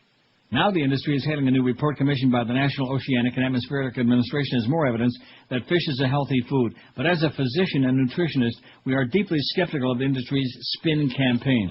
This is written by Hope Ferdosian, MD, public health specialist with the Physicians Committee for Responsible Medicine, and Susan Levin, who's a PCRM nutritionist. It says heart disease can be warded off by wise food selections, but fish is not an optimal choice. High levels of methylmercury, organochlorines, polychlorinated PCBs, and other environmental toxins accumulate in fish. These toxins are known to affect nervous system development, the immune system, heart health, bone integrity, and pregnancy outcomes. All of these things. Even those who endorse fish consumption readily admit that contamination is a pervasive problem. The NOAA Commission report, for example, contains a complicated flowchart noting that contaminants in seafood vary according to local conditions. In truth, fish consumption is already Americans' primary source of exposure to mercury, a potent neurotoxin that can harm developing fetuses. Some of the most polluted species, such as albacore tuna, are also among the most popular with consumers. Some of the most polluted species, such as albacore tuna. Did you get that? I got it. No more tuna. The risks are especially acute for certain populations. A new study links fish consumption among pregnant women to an increased risk of premature birth. The Pregnancy Outcomes and Community Health Study, conducted by researchers at Harvard and Michigan State, showed that mercury levels in maternal hair were higher when fish consumption was increased. Women who delivered... I think some of these people don't know mercury from the Uranus. Women who delivered preterm were 3 times as likely to have had mercury levels in their hair at or above the 90th percentile compared with those who delivered at term. Proponents defend fish consumption as a boon to cardiovascular health. That's because some species contain omega-3 fatty acids, which may help guard against heart disease. But fish are also surprisingly high in cholesterol and artery-clogging saturated fat, which accounts for 15 to 30% About 30, man. of fish fat. Chinook salmon, for example, derives 55% of its calories from fat. Don't be a schnook and eat Chinook. And some species are higher in cholesterol than steak. Only part of the fat in fish is omega-3. Much of the remaining fat is saturated. Maybe that's a good idea to take those omega-369 vitamins like I do every morning and have for years. Maybe that's why I'm still alive. Maybe. That raises an important question. It says, why not avoid fish and obtain omega-3 fats from walnuts or rather healthy plant sources which have no cholesterol or methyl mercury? In fact, a new study in the American Journal of Cardiology shows that adding walnuts to a high-fat meal reduces negative changes in arteries. Walnuts. Walnuts increase the elasticity and flexibility of the arteries by 24% for those with high cholesterol. Walnuts. I like walnuts, okay. I like cashews better. Me too. It would also be prudent to consider that there may be no significant benefit to consuming a diet high in omega-3s. A recent review in the British Medical Journal found that no evidence to support the assertion that eating oily fish improves heart health. In fact, the review found that consumption of omega-3 fats does not have a clear effect on heart health or survival. But there's a well-supported way to guard against heart disease. Avoid animal products. Uh-oh. You know what this sounds like to me? Sounds like... PETA. Uh-oh. A 2003 study in the Journal of the American Medical Association showed that vegetarian diets lower cholesterol levels almost as powerfully as cholesterol-lowering drugs, those awful statin drugs, which I won't take, by the way. People who consume plant-based diets tend to be slimmer than meat eaters, and they experience lower rates of heart disease, diabetes, high blood pressure, and other life-threatening conditions linked to overweight and obesity. Have a bunch of kale, man. Sit down and eat some seaweed. It says, it's no surprise the fishing industry wants to sell Americans more fish, but savvy consumers will think twice before taking the bait. Don't get hooked on that Chinook. Don't get hooked on the Chinook, okay? Okay. Or you'll be dying over there. I can't even stand the smell of fish. Oh, like those outdoor markets. I've talked about this a zillion times. Yeah, well, it's not supposed to smell like that. Well, what do you mean by that? Well, What's it supposed to smell like? Halava? Yeah, okay. That's the like rotten a fish smell. Like a rose garden? Like Sure. gardenias? Uh-huh. Like pansies? Oh, not just like pansies. Oh. Have a wedding November 18th. Oh, Tomcat's Italian wedding. Oh, 50 banana. That's what I'm sending them. Yeah, I'm sending them 50 bananas. Tomcat's wedding my ass. Oh, boy. He is? Hadn't confirmed it. And you always see these sort of majestic weddings. Lake Como is a very, very beautiful area. Giorgio Armani is designing her gown for her fake marriage to Tom. Wonder what his boyfriend thinks about that. Anyway, let me tell you right now, if your carpets are schmutzy, and believe you me, they are, because you're walking on them, your dogs are doing all kinds of things on them, and your cats, and all kinds of things are slithering around in there that you can't see. Get your carpets clean just like brand new with my friends from Dry Concepts. I've been using them for over 21 years. They never let you down. They do a fantastic job. They dry clean your carpets, which means they suck out even the deep down dirt in the fibers of your carpets, which makes them stay cleaner longer, last longer, and look and smell just like brand new, lemony fresh. And they're dry in a couple of hours, too, so it's not one of those deals where your carpets are soggy all day and you have to wait days for them to dry. You can't beat it. And don't forget, Dry Concepts has also got a plan to make frequent cleaning easy at just a fraction of the cost of regular cleaning. And speaking of cost, they give you a written guaranteed price up front before they start their fabulous job, too. You'll never have a dirty carpet again if you call Dry Concepts. In Broward, call them at 954-370-7778. Tell them that old troll Neil told you to call, the old man. 954-370-7778. In Dayton, Palm Beach, call them toll-free, 1-800-248-5071. 1-800-248-5071 for Dry Concepts. The biggest names, the best talent. This is Neil Rogers, Sports Radio 560 AM. Mel Gibson surrounded by questions about alcohol and anger, but also questions about anti-Semitism and the words that incited outrage after an explosive public drama. We interviewed Mel Gibson at his office. Take me back to that moment as you remember it. Okay. Were you drinking from the open bottle of tequila in the car? Yes, I had a couple of slugs, yeah. Do you know how many? 20. I read to him the officer's account of the words he used that night. Expletive Jews. And the Jews are responsible for all the wars in the world. Yeah. I do not believe tequila can turn an unbiased person into a raging anti-Semite. Look, let me be real clear here. In sobriety, sitting here in front of you, national television, that I believe that Jews are responsible for all the wars in the world. He's still blaming the Jews. Absolutely. I hate you and I want you to die. Coming up. A couple of drinks. Wait a minute. Alcohol. Oh, yeah. I'd have to get loaded again. 1528 at 560 WQM. That's our total on the pool, man. Aren't we mighty proud of that? I think I might just take the rest of the week off just to celebrate that. What do you think? All right. Rest of the year off. Don't do it. Former UN Chief Weapons Inspector Hans Buix today described the U.S.-led invasion of Iraq as a pure failure that had left the country worse off than under the dictatorial rule of Saddam Hussein. Isn't that what a lot of us have been saying, huh? Yeah. Hans. In unusually harsh comments to Danish newspaper Politiken, the diplomatic Swede said the U.S. government had ended up in a situation in which neither staying nor leaving Iraq were good options. Iraq is a pure failure, Blix was quoted as saying. That's Hans Blix. If the Americans pull out, there's a risk that they'll leave a country in civil war. At the same time, it doesn't seem that the U.S. can help stabilize the situation by staying there. War-related violence in Iraq has grown worse, with dozens of civilians, government officials, and police and security forces being killed every day. The highest monthly total of American soldiers in October, and the month still got almost a week to go. Blix said the situation would have been better off if the war had not taken place. Saddam would still have been sitting in office. Okay, that's a negative, and it would not have been joyful for the Iraqi people. But what we've gotten to is undoubtedly worse, he was quoted as saying. Blix led the UN inspectors that searched for those weapons of mass destruction in Iraq before the U.S.-led invasion in 2003. He came under heavy fire from Washington when he urged U.S. President Bush to allow the weapons inspectors and the IAEA to continue their work as a way to stave off a war. Ultimately, the U.S.-led coalition invaded Iraq, and how many weapons of destruction were found? None. You go, Hans. You go, boy. American public focus on those issues versus Iraq. Well, Rita, I think... Oh, brother. It is scary. Yeah. You know that the world must be coming to an end when you turn her, when she's actually on TV, on the satellite all over the world. It's got to be, the end days must be coming very close. That's one of the signs. It's in the Bible, Revelation. Yeah. Her picture's in there. A major effort to draw Latinos and blacks into the Republican Party, a central element of the GOP plan to build a long-lasting majority, is in danger of collapse amid anger over the immigration debate and claims that Republican leaders have not delivered on promises to direct more money to church-based social services. President Bush, strategist Karl Rove, and other top Republican leaders have wooed Latino and black leaders, many of them evangelical clergy who lead large congregations in hopes of peeling away the traditional Democratic base. They want all the Getskis. It's not good enough for them they got the Anglo Getskis. They want all the other Getskis, too.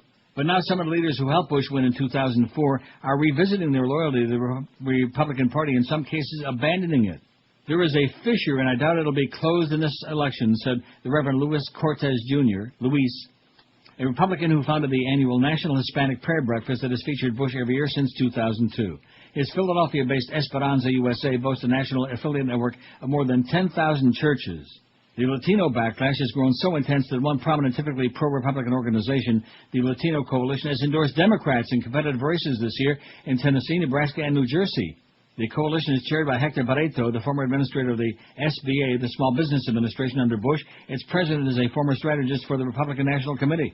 The disaffection comes as Republicans face a challenge in building enthusiasm for the upcoming election among white evangelicals and other conservatives who've been the core of the GOP's losses in the November 7th congressional election and may undercut the party's goal of keeping the presidency in 2008. The Latino Coalition, for example, has endorsed the presumed Democratic presidential frontrunner Swillery in her re-election bid this year. Complaints among black pastors have been courted by the White House, while less pronounced than those of Latino leaders, have been fueled by that tell-all book by former White House aide David Kuo. The book says that Bush, referring to pastors from one major African-American denomination, once griped, "Money. All these guys care about is money. They want money." A White House spokesman said Friday that nobody there recalled ever hearing such a comment from the president.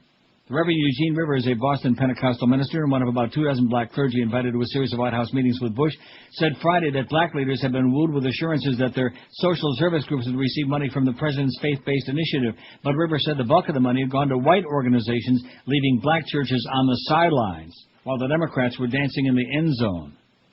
I see that. Dancing in the end zone. Yeah.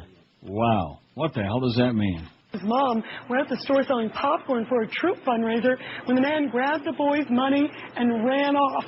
The community is helping Brennan recoup his losses through donations. How terrible. Oh, how terrible, Rita. You tell him, honey. What a joke. And you wonder why most of the American people are like that. Of course, thank goodness most of the American people aren't watching this bitch. 1,531 votes on the poll. You know, we should have gone for 16. Should have. It's easy to say now, you know. You set a goal and then you're like way beyond it. And you say, oh, we shouldn't have just gone and settled for 15. We should have gone for 16. But we better not play that. 15th, what? We can't play anything anymore. We apologize again for the fact that we can't play anything that might be even slightly amusing or sexually related or having to do with organs or whatever. Even if it's a Here, we Wurlitzer. can play this. Yeah, we can play that a lot. In fact, we can play it. Yeah, let's do the show in Morse code. In fact, you know what? I said, let's get right down there. Let's have one happy family, you know? Let's see if we can't just get those fractions like some of the other day parts I got now. How about them Dolphins? No, I'm not talking about that. Let's for the fall book, we'll just play that all day. You think we can get it down to a 0.9? And once in a while, we'll throw it into one of those, kind of like.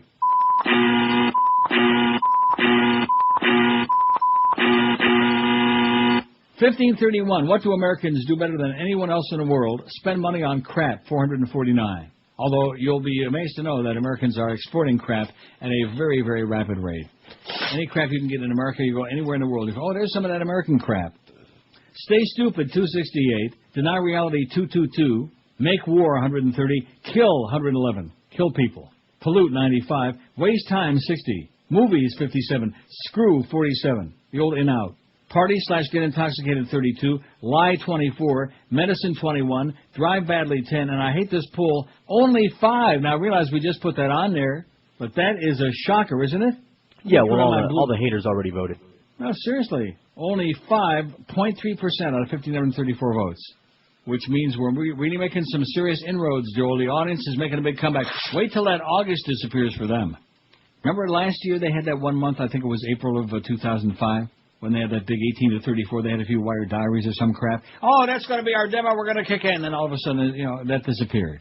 So we may not have much of a story here 20 hours a day. Let me tell you that. That's an understatement. But they ain't got, once that August drops off, they ain't got no story, no day, no way. The biggest names. I like that 1 hour. Point. That's my favorite thing. Sports Radio 560 AM. Absolutely.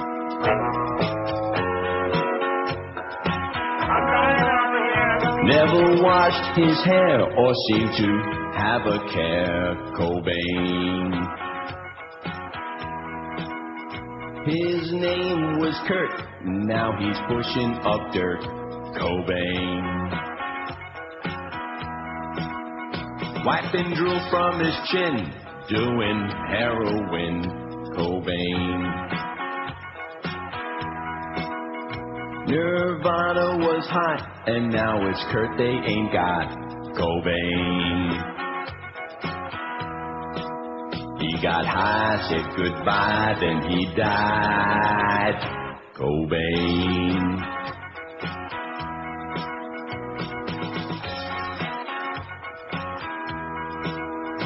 Made $1 million an hour, never took a shower, Cobain.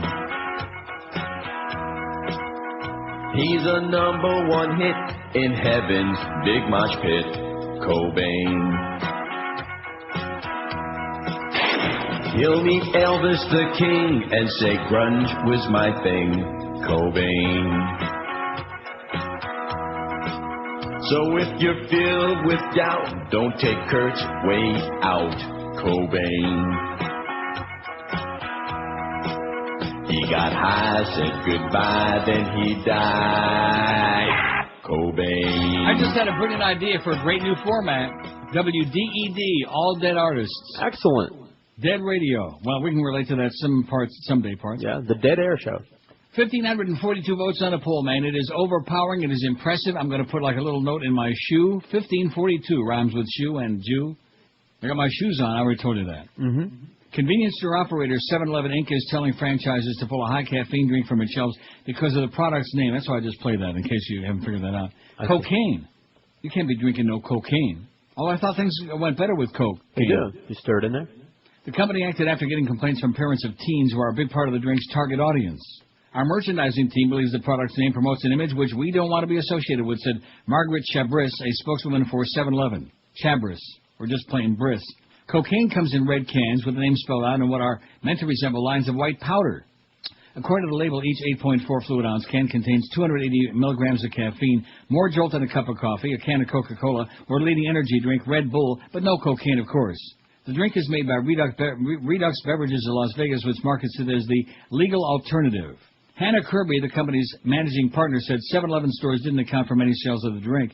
It hit shelves in New York and California in August and is now available in more than a half a dozen states, mostly in mom-and-pop convenience and liquor stores. Get liquored up and then drink a little cocaine. This isn't the first time cocaine has been yanked. Some stores in the New York area pulled the drink after local politicians complained. It's all part of the company's plan to stand out in the fast-growing energy drink market. We knew the name was going to be provocative, said Kirby, whose husband James created the drink.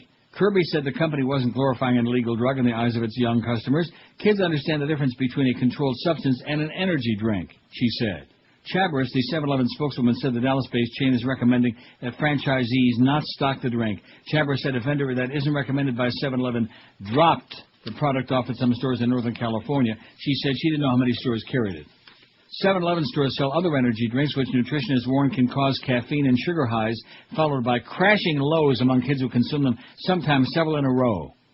Researchers in Chicago reported this month they saw a surprisingly high number of cases of caffeine abuse over the past 3 years, including 12% that required hospital treatment. The average age of the victims was 21. They're ODing on caffeine, baby. Maybe they're Starbucking it, you think? That's possible. Because if you start Starbucking, then you know what you do after that. Rhymes with Starbucking. What? Shucking? Yeah, and jiving. An ongoing satellite radio study from Bridge Ratings says that while sales of satellite radios have been slow, in-store foot traffic for satellite radio has actually picked up. Oh, isn't today the day that, what day was it? Oh, you're not talking about that Stern thing, are you? I don't care. The sector's true retail sales, TRS, continue to be sluggish. The retail activity for XM this week showed hints of recovery, but not at the expense of Sirius. Bridge also said that in its interviews that are conducted at retail locations, renewals among current satellite subscribers continue to reside just under 50%, while Howard Stern-motivated sales remain stagnant. Oh, stagnant. That could be why they're doing that 2-a-day PR thing, is it? However, current consumer attitudes about satellite radio are significantly improved over the pre-holiday shopping rush in 2005.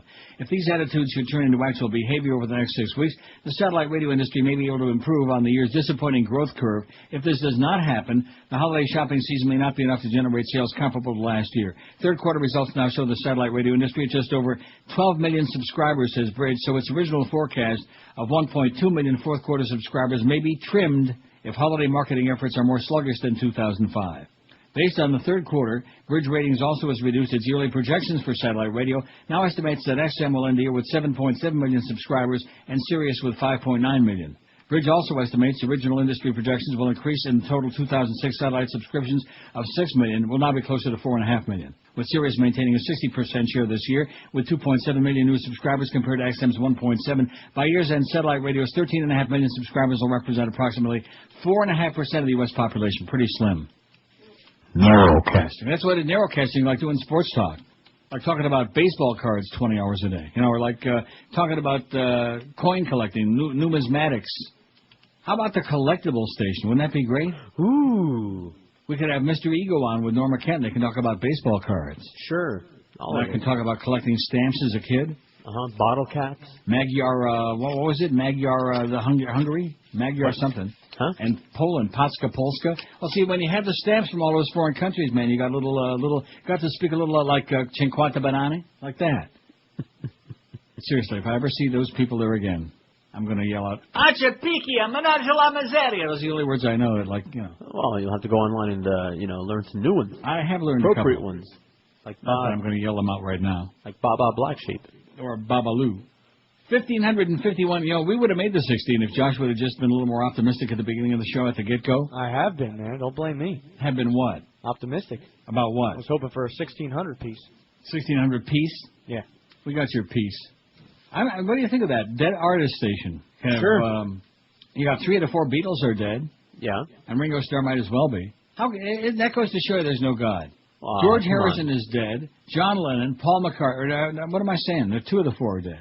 Right. That was wishful thinking about Ringo. Ringo never stole a freight train. Why are you so hard on him? Here. Because he was ugly and schmutzy. And had no talent. Okay. What was his talent? He was a great drummer. Is that what you're saying? No, he was a horrendous drummer.